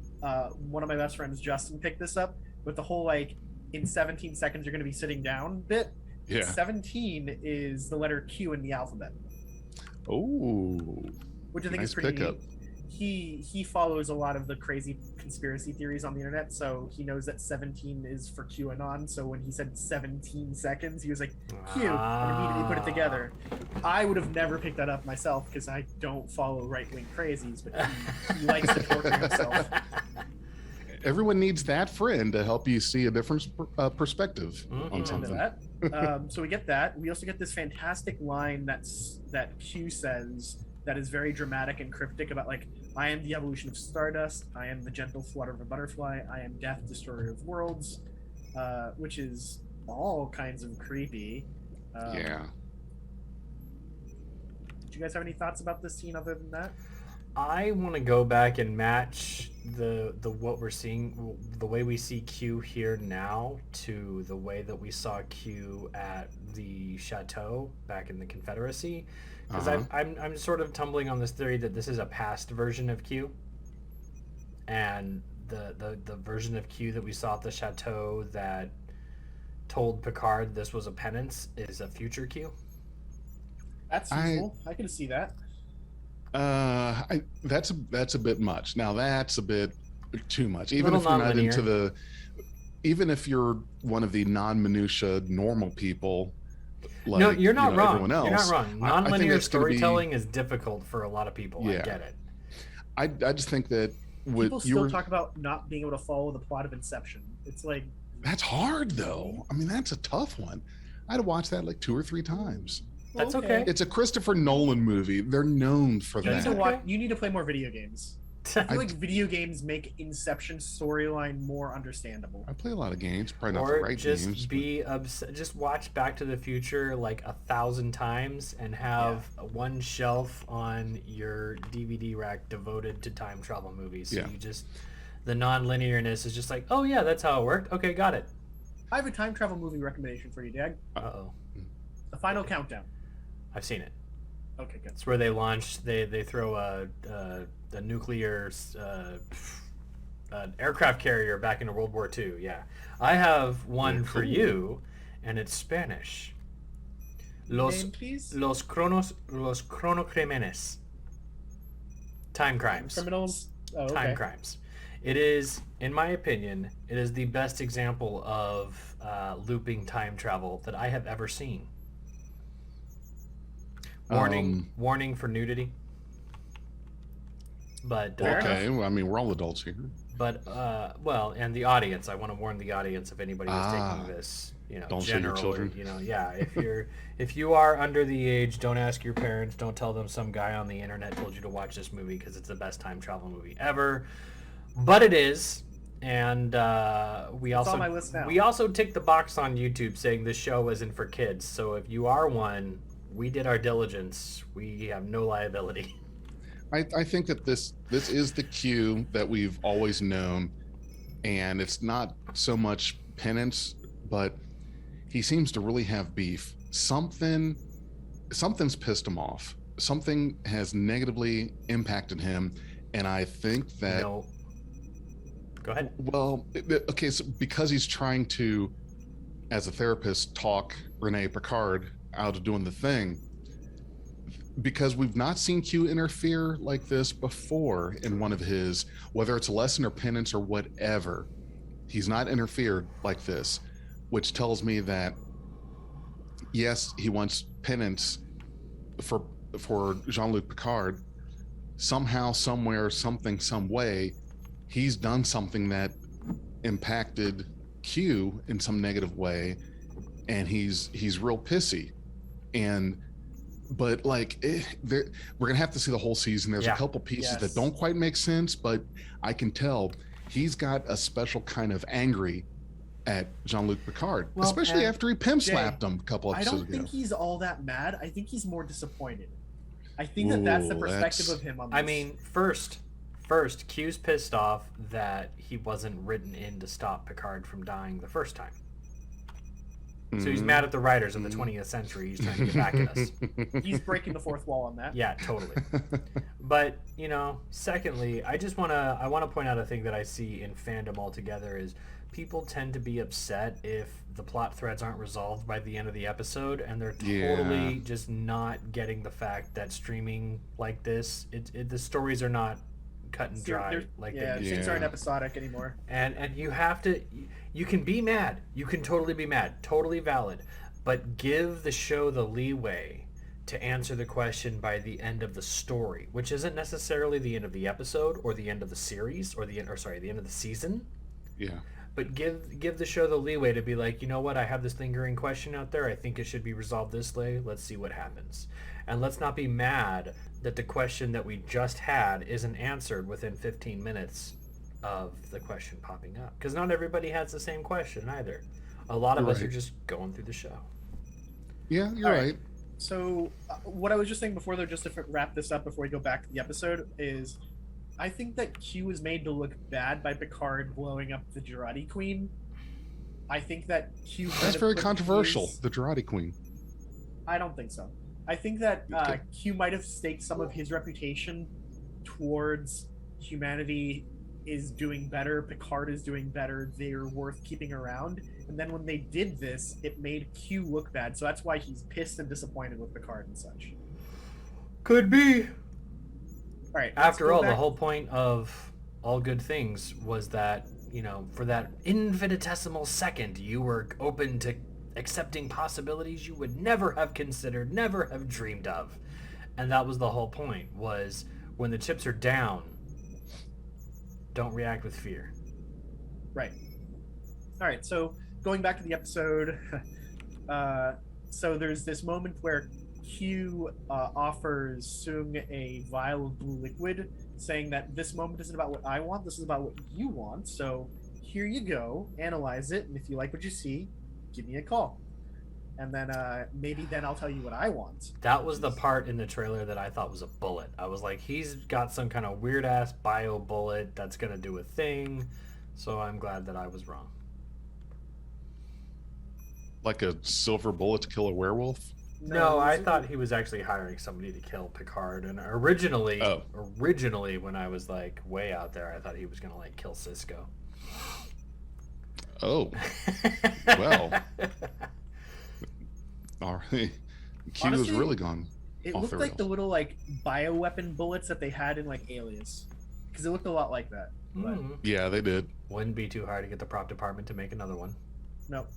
All right, so cut to our next scene. It is back in Talon's apartment. Talon is asking the question that we've all been wondering: why didn't Q just snap his fingers and make the Europa mission ship disappear, or Renee herself disappear? And Picard's like, I don't know. But sounds like us. That's the same reaction we've got here. We don't know what's going on. All we can do is guess. Hopefully, as Dag said, that by the end of the story they do explain this a bit, because it is pretty mystifying. Why didn't you just kill her? That might be too much. As an appliance guy, that Butterflies. is the thinnest refrigerator I have ever seen. You guys may not be following along on Cygnus, but just for the audience, if you can see this, like that refrigerator is like 18 inches wide. That's tiny. Maybe it's just a hole. Most refrigerators are 24 to 36 inches wide. So I'd love to have one of these. It'd be great for an apartment. I loved the decor of her apartment. It had this real like 1960s future tech vibe to it. It was Art Deco. I liked it a lot. No, it was great. Retro TV. Right. Anyways, this is where they're going over the timeline of the pre-launch for Renee, and you know, Picard jokingly asks if they have any sedatives to just knock her out until she has to get on her flight, but you know, she's got to attend this gala. Oh, what gala? And here's where we get the setup for the rest of the episode. I like a good caper. Same. I mentioned that to Dag too. So yeah. Quick note here. While I was watching the episode for the first time, I basically just like live streamed my thoughts to Dag the entire time. Like just stream of consciousness of nonsense. So and that happened in the first season of Picard, happening now. I love it. Just Ocean's 11 the hell out of this whole thing. It's great. I think we should have that every season. A good old-fashioned caper. All right, so we get this fun little bit of dialogue where Talon refuses to just take orders from Picard, Like, you're under the assumption that I take orders from you. Like, it was pretty good. I like the fact that Picard is being put in his place a little bit. It's Yeah. the sheer fucking hubris, but there's a little bit of pushback against them anyways. I mean, Okay. this is a person who otherwise had No reason to trust him. no reason to trust him, but without any of this involved, had pledged to non-interference. It was her Right. job to watch Renee's life and never interfere with it. And here comes along this dude who's a descendant of Renee's, for all we know, who suddenly is like, we need to protect her at all costs, and that includes breaking your pledge. Yep. Well, what is the extent of that non-interference? If she's supposed to watch over her, then why? Is she supposed to live? Is she supposed to die? If you're not interfering, why are you taking just this blind chance of either happening? Is she just a passive observer We don't know. and not we really, don't know or we don't know what the limits are on her mission, right? she doesn't come off to me as an Obi-Wan Kenobi who's watching over Luke, but he's not This a is passive quite- observer. He wants to make sure nothing happens to this boy. This is the second one of these people we have encountered in 50 years. We don't know anything about them, and even more so, the species 10A behind them. Right. In the beta canon, they're called the Aegis, and we do learn a little bit about them. They are a non-humanoid race from the future who are trying to keep things from like changing, because if they change, it might undo their existence in the future. Well, we've already hit that threshold. Right. Okay. Yikes. All right. So, anyways, at this point, Picard brings up the very good argument that like, you protected her for 24 years. Something's gonna happen. I know something's gonna happen. We have a better chance of saving her if we work together. Which, it's a pretty convincing argument. So we cut to our next scene, which is back on La Sirena, and the Queen begins calling out to Girardi, "Oh, Agnes!" It's very creepy, especially over the loudspeaker. Yeah. I have a surprise for you. No, I didn't like any of that. And there's the shot.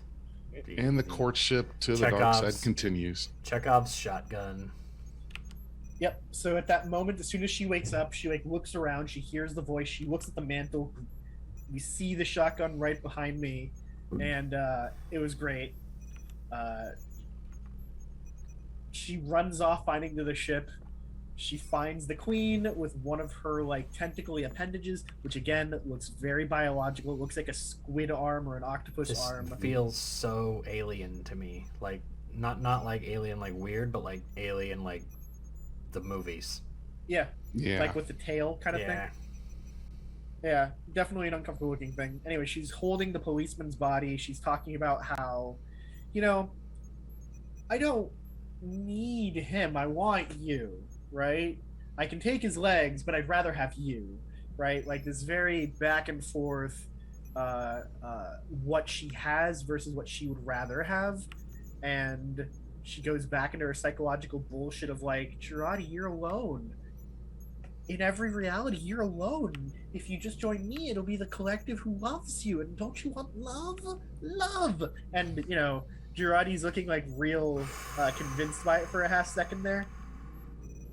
She did. I'm telling you, she's going to be the Anakin Skywalker of Star Trek Picard. I had a lot of friends who were talking about how this scene recounted a lot of gaslighting abuse situations, and it was hard to watch for them. And so I just want to validate that for anybody who's listening. Like, yeah, there were a lot of people who thought this was a really rough scene, and you're not the only one.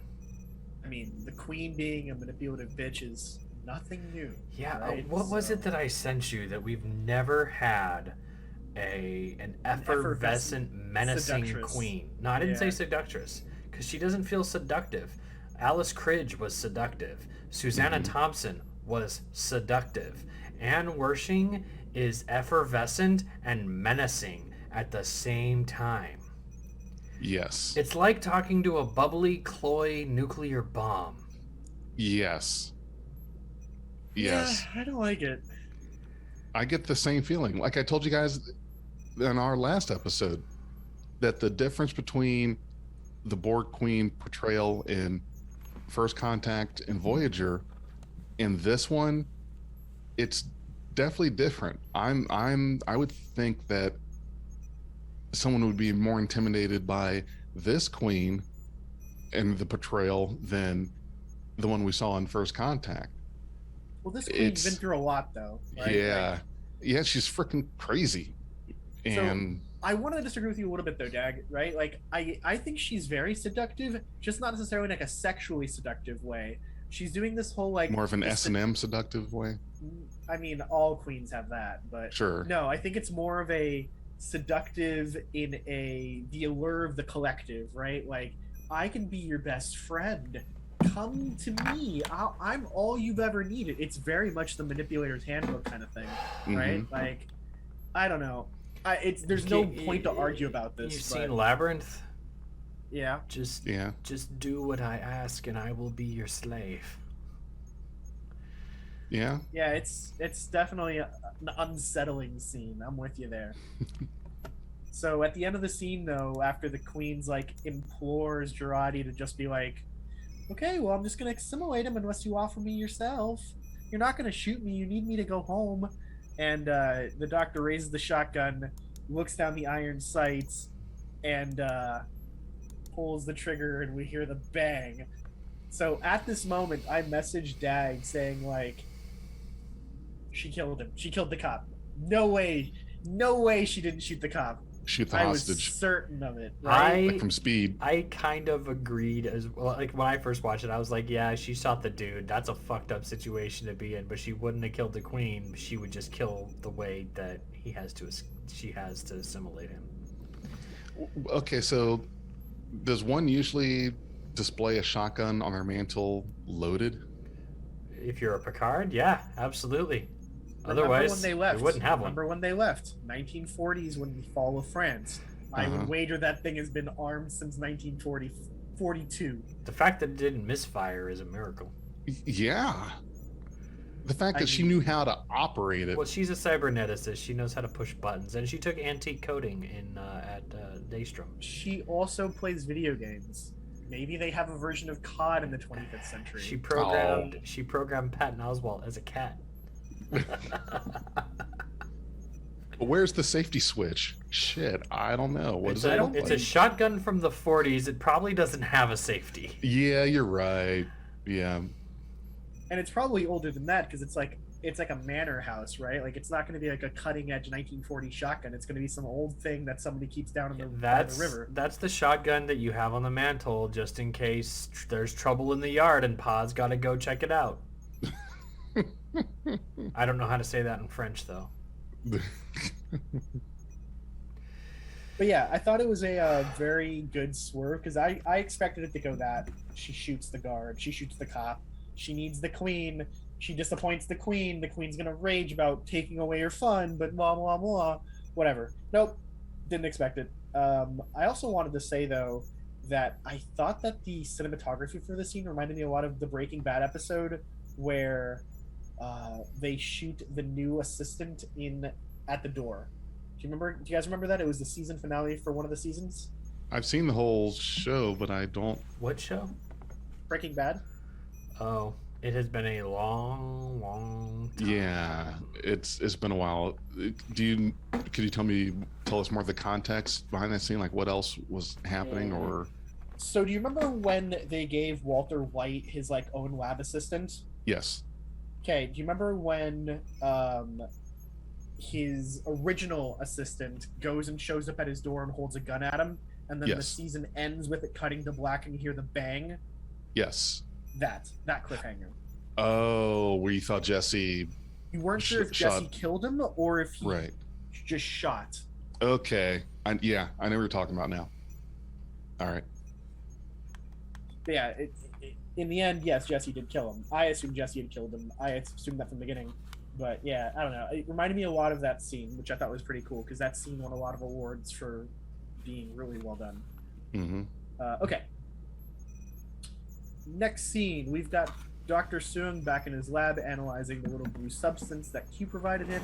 It seems stable. It has a 100% chance to protect Kore from whatever is wrong with her. And so he seems rather enthused. So they go outside. And here's one of the things that I thought was very interesting for the episode. Those little mini drones with like the UV blocking shield, pretty wild. They reminded me a lot of those shields that were over the Confederation's Earth. Protecting it from UV damage and everything else. Pretty neat. It's also part of why I think that maybe Sung is more involved in this plot line than Renee Picard. Yeah. Probably. Yeah. Like, here's a possibility for you, right? Okay. Maybe Adam Sung is supposed to die, right? Maybe somehow by doing all of this, Q actually saves his life so he survives. And he takes this technology that, like, blocks sunlight with these shields and makes himself rich on it. It has nothing to do with genetics at all. It's just this technology. And because of that technology existing, the nations of Earth never decide to limit their carbon dioxide pollution. They spiral off into civil wars here, but knowing that these shields technology protects the Earth kind of thing, right? And that's what changed history. Whereas in the original timeline, Adam Sung gets hit by a bus and dies, and the shield technology never goes anywhere. So the only person who ever had them was him and his little drones in his apartment. I would believe that if the Adam Sung statue in the Confederacy wasn't espousing eugenics, blah, blah, blah, blah. Fair. Now, that's not to say that somebody didn't just, like, mythologize him and go into his writings and be like, no, this is totally what he would say, and they went off of that, but... I mean, you can find fake quotes for everyone these days. Yes. No, Abraham Lincoln told me specifically to stay off the internet. I got an email from him that I had to forward to 15 people. All right, so Corey takes the medication. She injects herself with it. She questions where he got this breakthrough from, and Sung is evasive and says he got it from a colleague, or rather, the inspiration came from a colleague. He disables the drone net. The shields blocking out the sun go away. She gets the unfiltered sunlight for the first time, and then she goes for a swim. We get the awkward conversation about how was my mother a good swimmer? Like a duck. Like a mermaid. Very awkward. I'm with Dag on this one. I think she's a test tube baby. So... I think she's an augment. Could be too, but a broken one. We've seen broken augments before. Yeah. Yep, that's where I'm thinking with this one. So, did we get to the point where the bad thing happens? Oh, we were right there. And then after like a little while she's talking to her dad, Adam is like, we should just take this moment to like enjoy things, like enjoy this time. And she's like, patience requires time, in the sense that she doesn't think she has much time, period. And that's when she's struck by this like spiderwebbing black vein spreading around her eyes and across her neck. And, not good. Pop quiz. Mm-hmm. Name another disease in Star Trek where you see the spiderwebbing black veins erupt along a person's body or face. Well, the one that I remember, they were actually blue veins. It was when Geordi was on a away mission several years before. And there's the Tarchanin 3 episode, yeah. Uh-huh.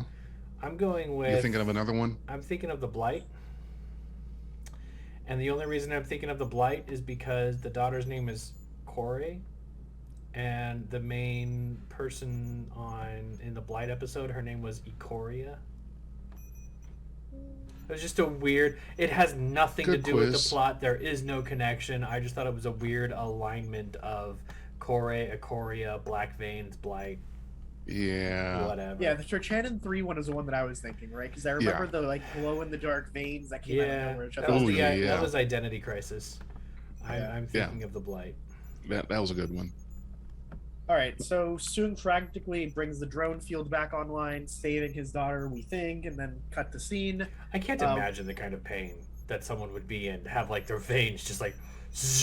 I'd be like, I can't even talk right now. No. I can't scream. Everything hurts. I mean, we have to imagine this is not the first time that this has happened to her, right? Like, right. These must have happened like to some extent before. And that's the other thing, right? Like, we know that it's not just UV light that's fatal to her. It's also like a speck of dust in the air, right? Or some pollutant in the water. So whatever these drones are that are flying around, they are very good at filtering out anything that might be dangerous to Kore. That's pretty sophisticated, Yeah. if you ask me. And It's very Iron Man level tech stuff. Yeah, it is. yeah. What we need to do is play Back in Black. Well, okay, here's my question. Did she naturally age like Boba Fett, or accelerated age like the clones? Because that's a lot of years to have to find a way to keep your child away from dust. I mean, back when Nacho was a kid and we thought he had a gluten allergy, you would be surprised. It was like almost impossible to find anything that didn't have gluten in it. And luckily that's not what it was, but it's just, to me, that seems like that would be freaking impossible to keep a child. Let's say that his daughter is in her mid to late 20s.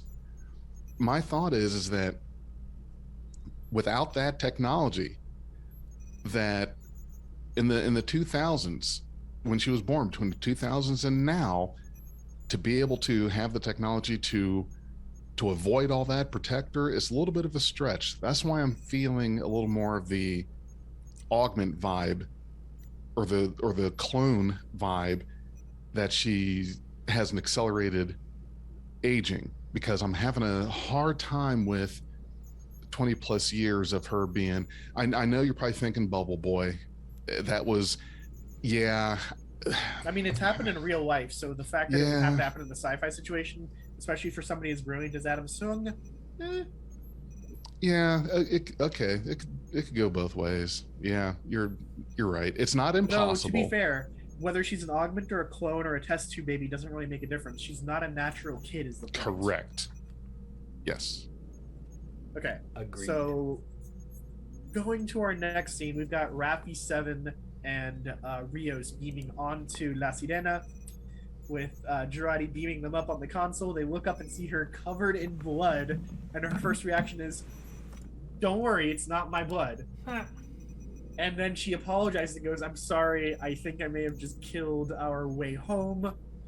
The cop You did what?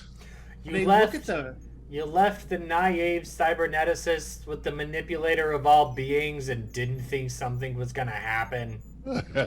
Yeah. Whose idea was this? Here's my favorite line in the entire episode. There's the great moment where the cop, Leclerc, is unconscious in sickbay, and Girardi goes, "I repaired most of his internal organs." Most? His spleen is being held in the box over there. Yeah. I cracked up at that one. That was really good. Anyways, she explains the whole thing. The Borg Queen was killing him. She hated having to shoot the Queen, but there was no real choice. Bullshit, there was no real choice. She had a, well, sorry, try not to talk my mouth full. She could have made the smart choice. Don't shoot your way home. Right? Find an alternative way. Go to the Guardian of Forever. Go forward with that instead. I'm sorry. The calculations that were made on the first trip could be extrapolated because they're probably still in the computer. I presume that she didn't just keep that in memory, her memory. Find the file shit I stole from the Borg Queen. No, what I think is actually more possible is, remember how in First Contact when Picard was rooting around in the chest of Ensign Lynch? Yep. And pulled out like the sub-processor or whatever? Yeah. Mm-hmm. Maybe use that. Take out her processing units, like repurpose them. Plug that node right into the ship. Yeah. Could be bad. Anyways, Girardi expresses that she has like shame and like regret about having to kill her, but Seven's like, a few billion people would disagree with you that she was worth keeping alive. Yeah. It's probably more than a few billion. It's probably higher, but whatever. Yeah. Anyways, at this point, Picard and Talon arrive on the upper deck and are looking down and seeing Raffi and Rios pulling the body of the cop along, and there's more funny, witty repartee between everyone. It is good dialogue there. Another really funny scene is when Raffi and Picard are like walking and talking down the hallway about Laris and how Talon looks like Laris. And are we going to talk about this? Nope. Don't you think it's kind of creepy that like, yep, good talk. Yeah. Leave it alone. That was really good. Are you going to get over it? Yeah, because I have. Let's just, and I love that, because if that's the last thing that's said about that, I think that'll be something to the fans that, well, it's just is what it is. You're not supposed to read that much into it, even though we're driving the minutia people crazy, that this could be, why is it the same actress? Why did Picard think that was Laris and she has There's no idea? Plenty of time to explain it, right? Sure. So, yeah. That'll be a good one to explain. Yeah. All right. Then we go back to Soong's lab, who has called Q to join him. He asks if he's got the real cure, not one that wears off. I'm a hostage to you if you do, which is accurate. A parent's love for their kid to do anything to save their kid like that. Yep. Yes. Q explains that what he needs is someone to remove an obstacle from both of them. An obstacle for both of them, mind you. And does the name Picard mean anything to you, is how he phrases it. That just, I can't. I wish that this was a series you could binge and not have to suffer each week, because it's killing me. Why does Q have this beef with Picard? What suddenly has got him Which to where Picard was he talking about, though, Big J? it could be either. I don't if think it's it Picard, really it's matters. Picard, and if it's Renee, it's still Jean-Luc. Yeah, at this point, I don't think that really matters. The thing that just has me miffed is if Q is trying to stop Renee from going into space, there's something about stopping her from going into space that has some kind of ripple effect. Okay, but the way he's going about it, if you want to stop someone from doing a thing and it's that important to you, there's other ways to do it besides pretend you're a therapist and try to hope to somehow inception her to talk her out of it. Why not just like bop her in the back of the head with a hammer or a rubber mallet, something? It just seems odd. It's really, really strange that he wants to interfere, yes, but not to the point to where he really wants to get the job done. It's got to be something subtle, right? Like Q doesn't like the hammer approach for things most of the time. He lets people make their own mistakes, or he slightly nudges people into making those mistakes at best, right? The only exception to that is when he gave Riker those Q powers, in which case he interfered, but then he let Riker make his own mistakes again, right? Yes. I don't think Q is of the mindset that I'll just take a hammer to it. Smash it with a hammer. No, that's not Q. That's Kronk. No, Yzma. Mm-hmm. Anyways, but yeah, it's an interesting scene just because we get this setup of like why Adam is now working with Q. It's because he's literally a hostage because he wants to save his kid. So that gives us some patience with the character until he realizes that what he's doing is wrong somehow. Yeah. Okay. Some sympathy towards him at least. All right, back to the chateau. We get the scene I was talking about before with Raffi talking to Talon about Raffi talking to Picard about Talon and the resemblance to Laris. Picard, as we discussed, no interest in following up on that conversation. Has Seven met Q before? Yes. Yeah. You're sure? Remember? Yes. Yeah. In Voyager. The episode? I'll look it up. Is it the Q in the gray? No, not the Q in the gray. It's I can describe everything that happened in the episode, but the name escapes me. The sun one. The sun. Yeah, okay. Junior? Yeah. But she All right, no, we're there. But yeah, Q the father and Q the son. Yeah, I don't need the deeds. I just needed to remember that they actually met. Yes. All right, so as soon as Talon shows them the therapy session, Seven goes, "What is Q playing at?" Which is probably why you're asking the question. But yeah, it was interesting to see that as a group, they're all able to put together that Q is doing this. And this is where we hear the whole notion that records from this time period are wildly incomplete. The century leading up to first contact was ripe with chaos. Again, back to the EMPs that I mentioned before, probably that went off. But all that we know is that Renee discovered a microorganism on Io, even though their mission was to Europa, that she insisted and convinced the mission commander to bring back to Earth, and she was convinced that it was sentient. Don't know anything else. It's not an easy jump to get from one moon of Jupiter to the other. It's not impossible. Well, maybe the Europa mission, they just called it Europa, but it was a planned mission to visit the moons.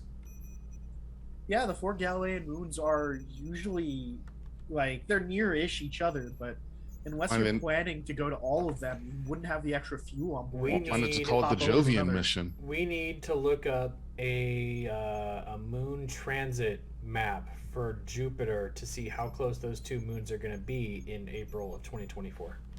Or even, well, if it's going to take them several months, we're only concerned about the launch. So let's go to like October, November of 2024. But you said how long? Like 11 months? It should be 11 months there. Okay. So January 2025, is there kind of an alignment between them where they would be close enough to... it'd be interesting. Well, even so... It has no bearing on the story. This is just us getting into the minutia again. Right. But if you're going to Europa, how does going there somehow connect to, well, we found sentient life on Io? If the Europa mission is to explore the Galilean moons, we go to Europa, we go to Io, we go to, is it Ganymede? Or Callisto. Or Callisto. And so then we go and we check all them out. Maybe we drop probes that are automated like drones and they soft land or do some kind of scan. Mm-hmm. And then somebody says, hey, over here on Io, there's a blip. Wall-E says there's life here. And so we go to Io and we're like, hey, you know what? This isn't just life. It's responsive. It anticipates. It's conscious and aware. So let's do this. And then we bring it home. And so sometime in 2025, 2026, we end up with some kind of organism on Earth. But totally skipping the Bell riots. No, I'm with you, though, Dag. If their initial mission is to go and get, like, all of the Jovian moons, then yeah, they bring fuel for that, right? But if their mission was go to Europa, settle, or touch down on Europa, do exploration on Europa, and then they somehow end up on Io, that's outside of mission like fuel parameters. Well, they wouldn't be able to do both, probably. We don't even know if Io is part of the mission parameter. It could be a future mission. But if she cracks now, she never goes on that future mission. Very true. Uh-huh. All right, so this whole scene is just interesting because they're just putting things together. They must be able to go to this gala, but they can't have any contact with her, right? Right. It's an interesting setup. We get the caper setup here. Cisco's 11. Cisco's 11. Picard's 11. Picard's 11, but I'm thinking bada bing, bada bing. Oh, yeah. Yeah. That's why I like these. That's why I'm all in favor of capers, because we got that in DS9. That was great. Besides DS9, I cannot think of any other caper like that, if you want to count the Magnificent Ferengi, maybe, but I'm thinking Ferengi is absolutely a caper. Okay, all right, yeah. Pop and all. I love how they trash. We'll call it a caper. The chateau set to make it look all messed up like this, but it's still the same room.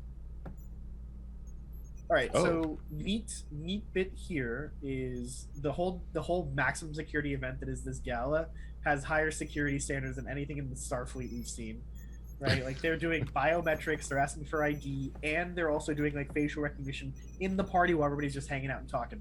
And they're doing well enough that they can tell when somebody's talking to themselves. Right. So that's not too hard. They're still taking advantage of air gapping. So I did love that. The whole like I took antique coding in school. It'll take me 2 minutes to hack the database. That was great. I appreciate it. I'm in the mainframe. She can hack the Gibson. I want hack the Gibson, hack the planet. Yeah. Just don't do two idiots, one keyboard. I will stop watching Star Trek forever. I want an enamel Europa mission pin. I want one. If you find me a 3D printable like STL for it, I'll just print it for you. Where? Did you guys get that? If you haven't seen the scene, dude, the reference I was just making on YouTube, look up. It was from NCIS. Two idiots, one keyboard. You know the scene? Oh, I yeah. hate. That's not even the dumbest thing on TV. The dumbest one is Oh my still God. the first episode of Scorpion. The TV show Scorpion's first episode is more offensive about like bad computer stuff than that. dude. Really? Yeah. Wow. Watch it. It's amazingly bad. Okay, so Cygnus X1 on screen right now, we've got like an image of Renee Picard's ID. She was born July 1st, 1996. So Which is she's the date that First Contact came out. yes. She's also, that makes her 28. There's something in here about 11/22/96. Which is apparently inaccurate because French passports would put the day, then the month, then the year. Okay, so there's 22 months in this timeline then. No, that's why I'm saying that it's actually wrong. Like when they Identity prep the doc. verification. It says July 1st, 96, but it also says 11/22/96. Yes, it does. 11/22/96 was when First Contact was released. Right. First Contact was released November 22nd, 1996. Right. And- Didn't you say I July said, well, there's 1st? another I thing knew on here one of those about dates was July when First 1st, Contact came 19. So July 1st, 1996 was when Independence Day. Independence Day came out July 3rd, but it took place the 1st, the 2nd, the 3rd, the 4th. But Right. 11/22/96, 11/22/63 is the day that Kennedy got shot. And there's a Stephen King book about time travel called 11/22/63. Okay. I think we've gone off the rails here, boys. We always do. That's what we do. Beyond the That Rails is what we podcast. do. Yeah, Now I'm yeah. looking at what came out in July of 1996, just to see if. Independence Day. Anyway, yeah. I was gonna Yeah. say though that Frakes directed this episode, so I think that the First Contact reference is probably the most intentional one. Mhm. Probably. Okay. Probably. But it says that. But Talon says she's been watching her for 24 years. So either She didn't arrive at birth. Right. First 4 years are safe. All right, but one more thing before we jump. There's this great moment where they're deciding who's going to be the one to go into the party and hack their systems, and it's like, well, obviously Girardi's the one to do it. And then Rios is like, wait, you're setting the roboticist, not the Fenris Ranger or the ex-Starfleet intelligence spy? And Picard is like, no, she's got this. And that's such like a good like moment of kudos from someone you respect, somebody you want to be your dad, literally. Mhm. And he's saying that you can do this, he trusts you, he's got full faith in you. Like that's good for Girardi's ego for sure. That's what she needs. It's the audience asking the question. That's what it is. Yeah. He asked the question we were asking. Yup.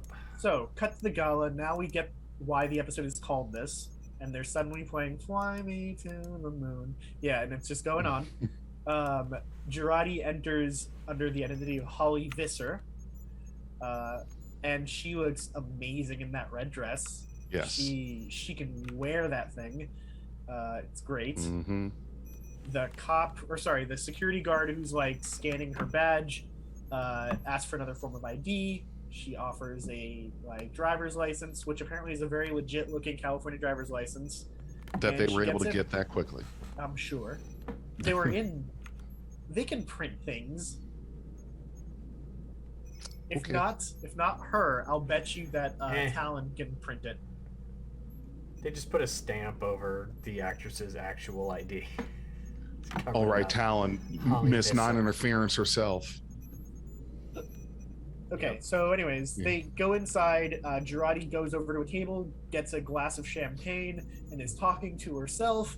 The cameras pick it up, and she gets picked up as a party crasher. They take her into the surveillance room where she is handcuffed, and the two mooks there start talking about how she's probably from Kingston Hill or something. What was it? Oh, it was one of the rich places in LA. Oh, is that what it Yeah. is? Not Kingston Hill, but yeah, is Yeah, basically where all the Karens come from. Yeah. Okay. Is Yeah, they're talking talking to about yourself getting sued. is talking to yourself suddenly a crime now? Well, they suspect that she's press, right? If she's talking to herself, she's wearing a mic. It's not about being Oh, a crime. yeah. It's about being a trespasser. Beverly Hills? Then they think she's I don't know. Yeah. Isn't Beverly Hills where the Karen capital of California? Ish. Yeah. Yeah, I don't remember what the location that they said she was from was, but it was something like that. Yeah.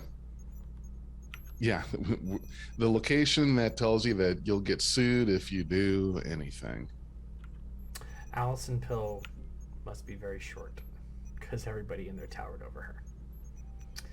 How tall is Alison she? Pill is very short. If you've seen her in any other show that she's been in or any movie she's been in, she is tiny. I watched her in the newsroom. Loved her.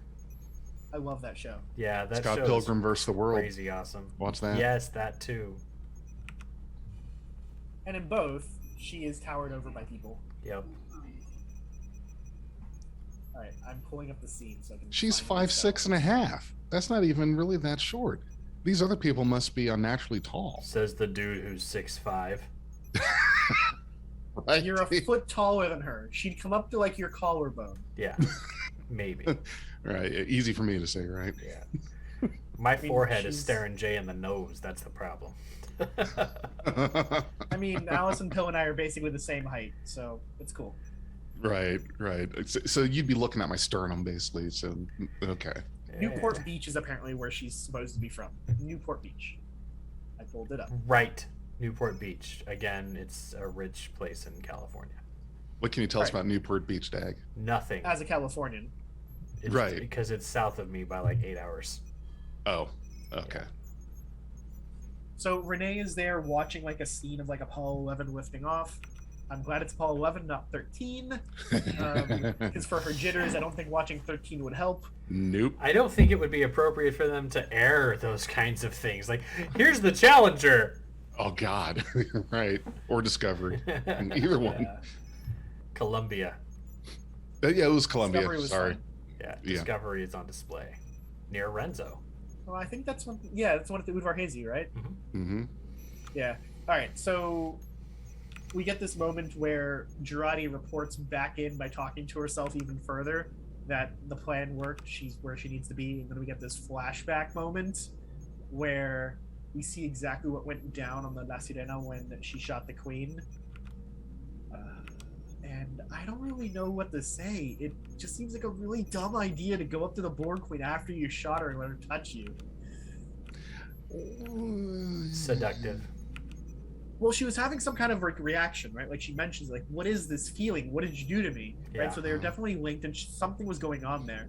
But the Borg Queen like touches the side of her face, caressing her almost gently, and tubules, which are not the same assimilation tubules we've ever seen before, come out of her fingers, and like we get an immediate green glow, which is again unlike any assimilation we've ever seen before.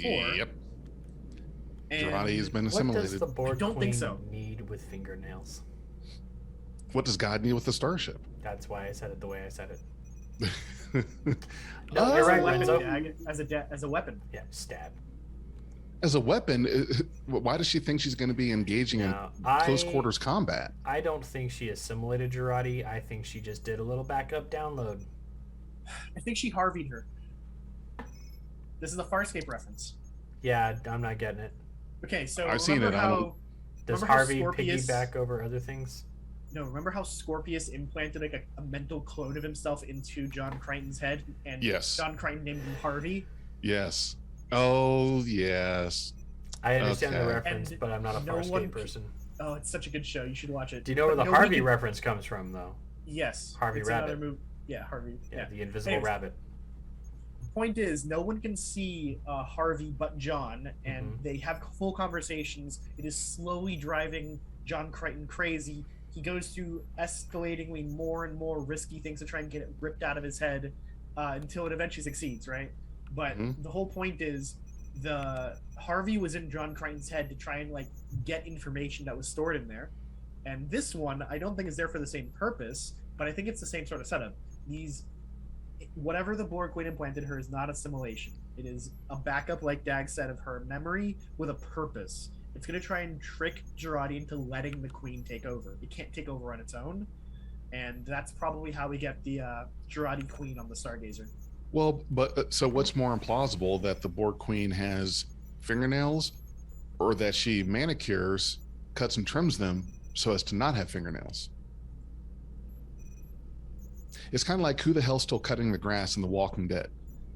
That kind of thing. I mean, it's what's easier to swallow, having fingernails or I manicuring? don't know if I'd consider these nails to be well manicured, to be honest. They look kind of bad. I am legit. Well, yeah, but I mean, I don't care.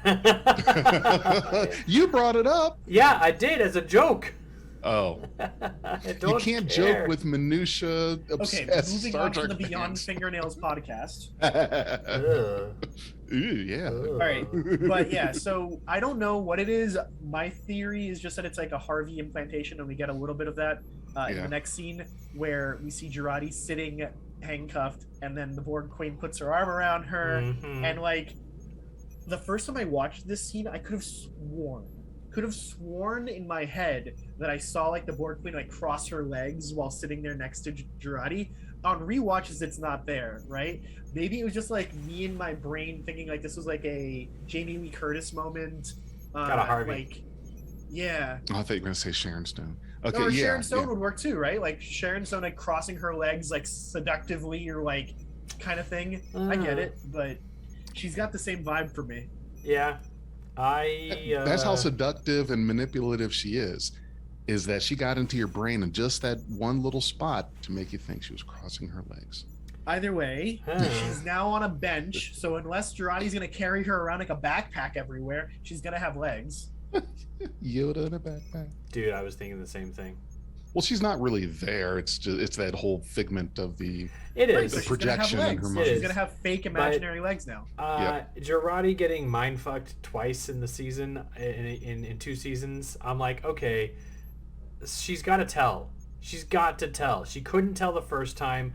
Don't make Girardi pull the trope of dishonesty when knowing something very important to this would be crucial to her friends.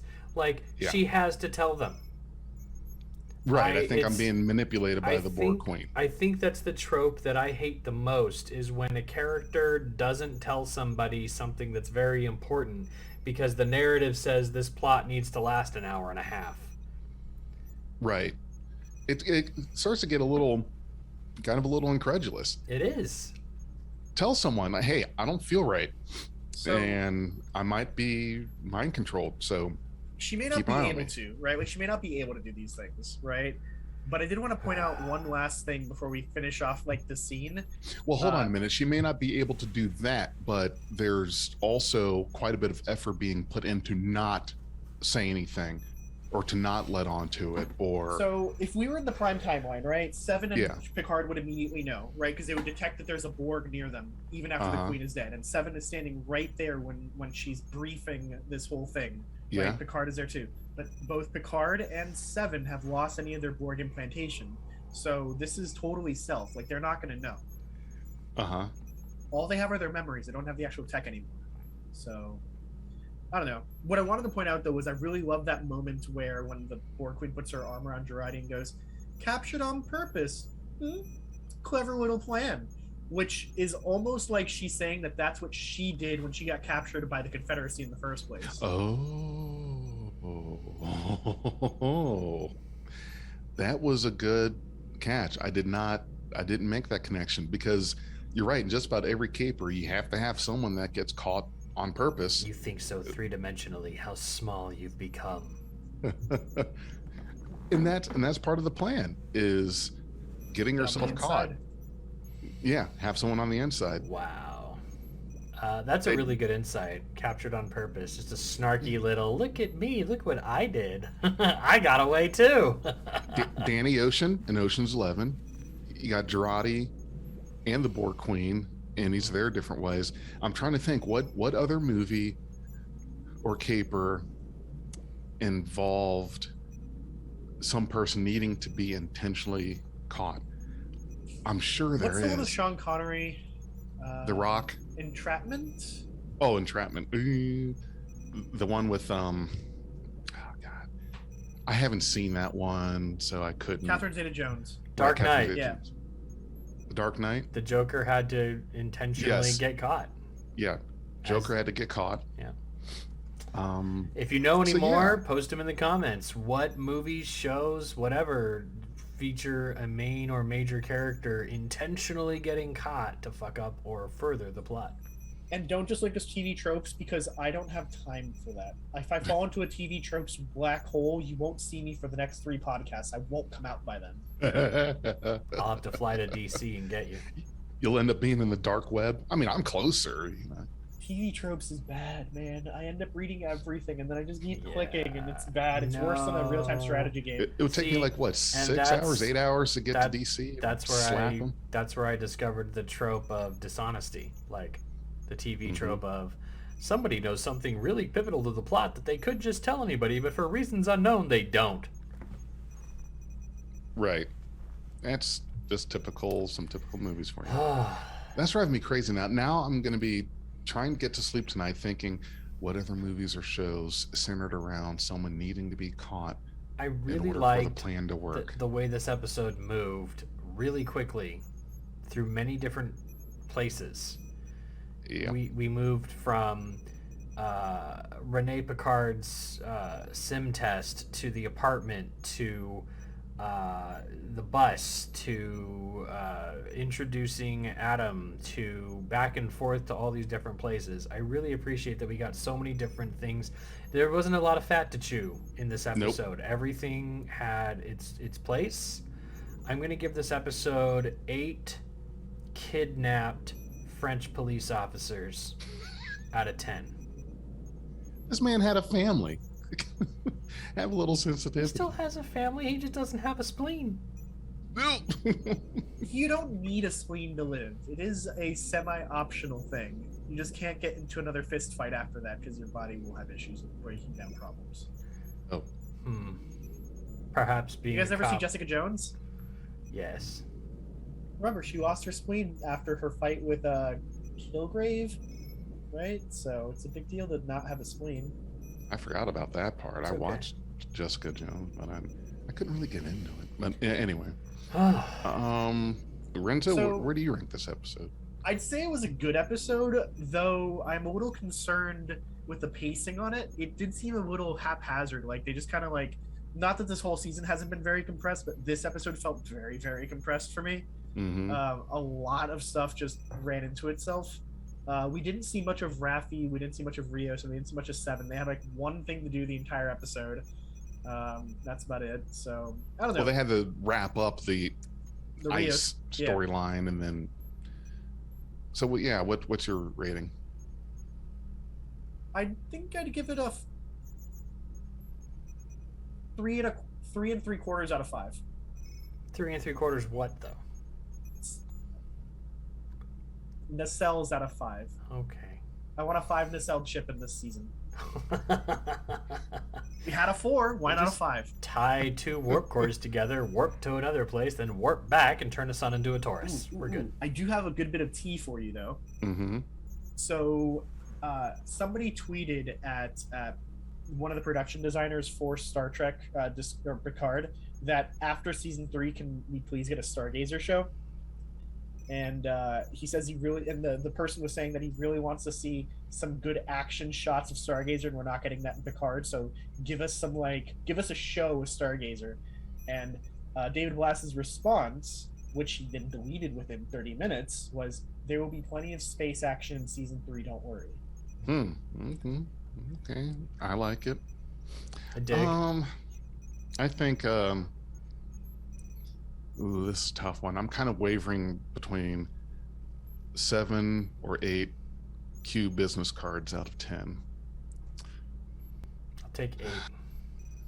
All right, I'll do the 8. I'll do the 8. Renzo, we You messed lost. that one up. You should have said 7 or 8 out of 9 key business cards. Jeez. Oh God, yeah, I missed it. Well, That was, next week it was right there. we can do 2 out of 1 Yeah. for our next episode. Next episode review is going to come out next week. Also next week, don't forget Will Wheaton right here on Beyond Trek Podcast. Audience, thank you so much. Which day are we releasing that again, Doug? Like, It's what's going the to date be on it? April 11th. 11th. 9 a.m. Eastern. Today is the 4th, so 1 week from today. Mm-hmm. Less than a week if you're listening to this on Tuesday, because we're recording on a Monday. Will Wheaton, right here on Beyond Trek Podcast. And I just want to thank the audience for always electing to go boldly with us week after week. Hey everybody, I just wanted to give a quick shout out to our Patreon and Anchor supporters. Big thanks to Stephanie Baker, S. Tam, Anne Marie, Jim Cook, and Nora Hickson. We really appreciate your support. Thanks for being a part of Beyond Trek Podcast.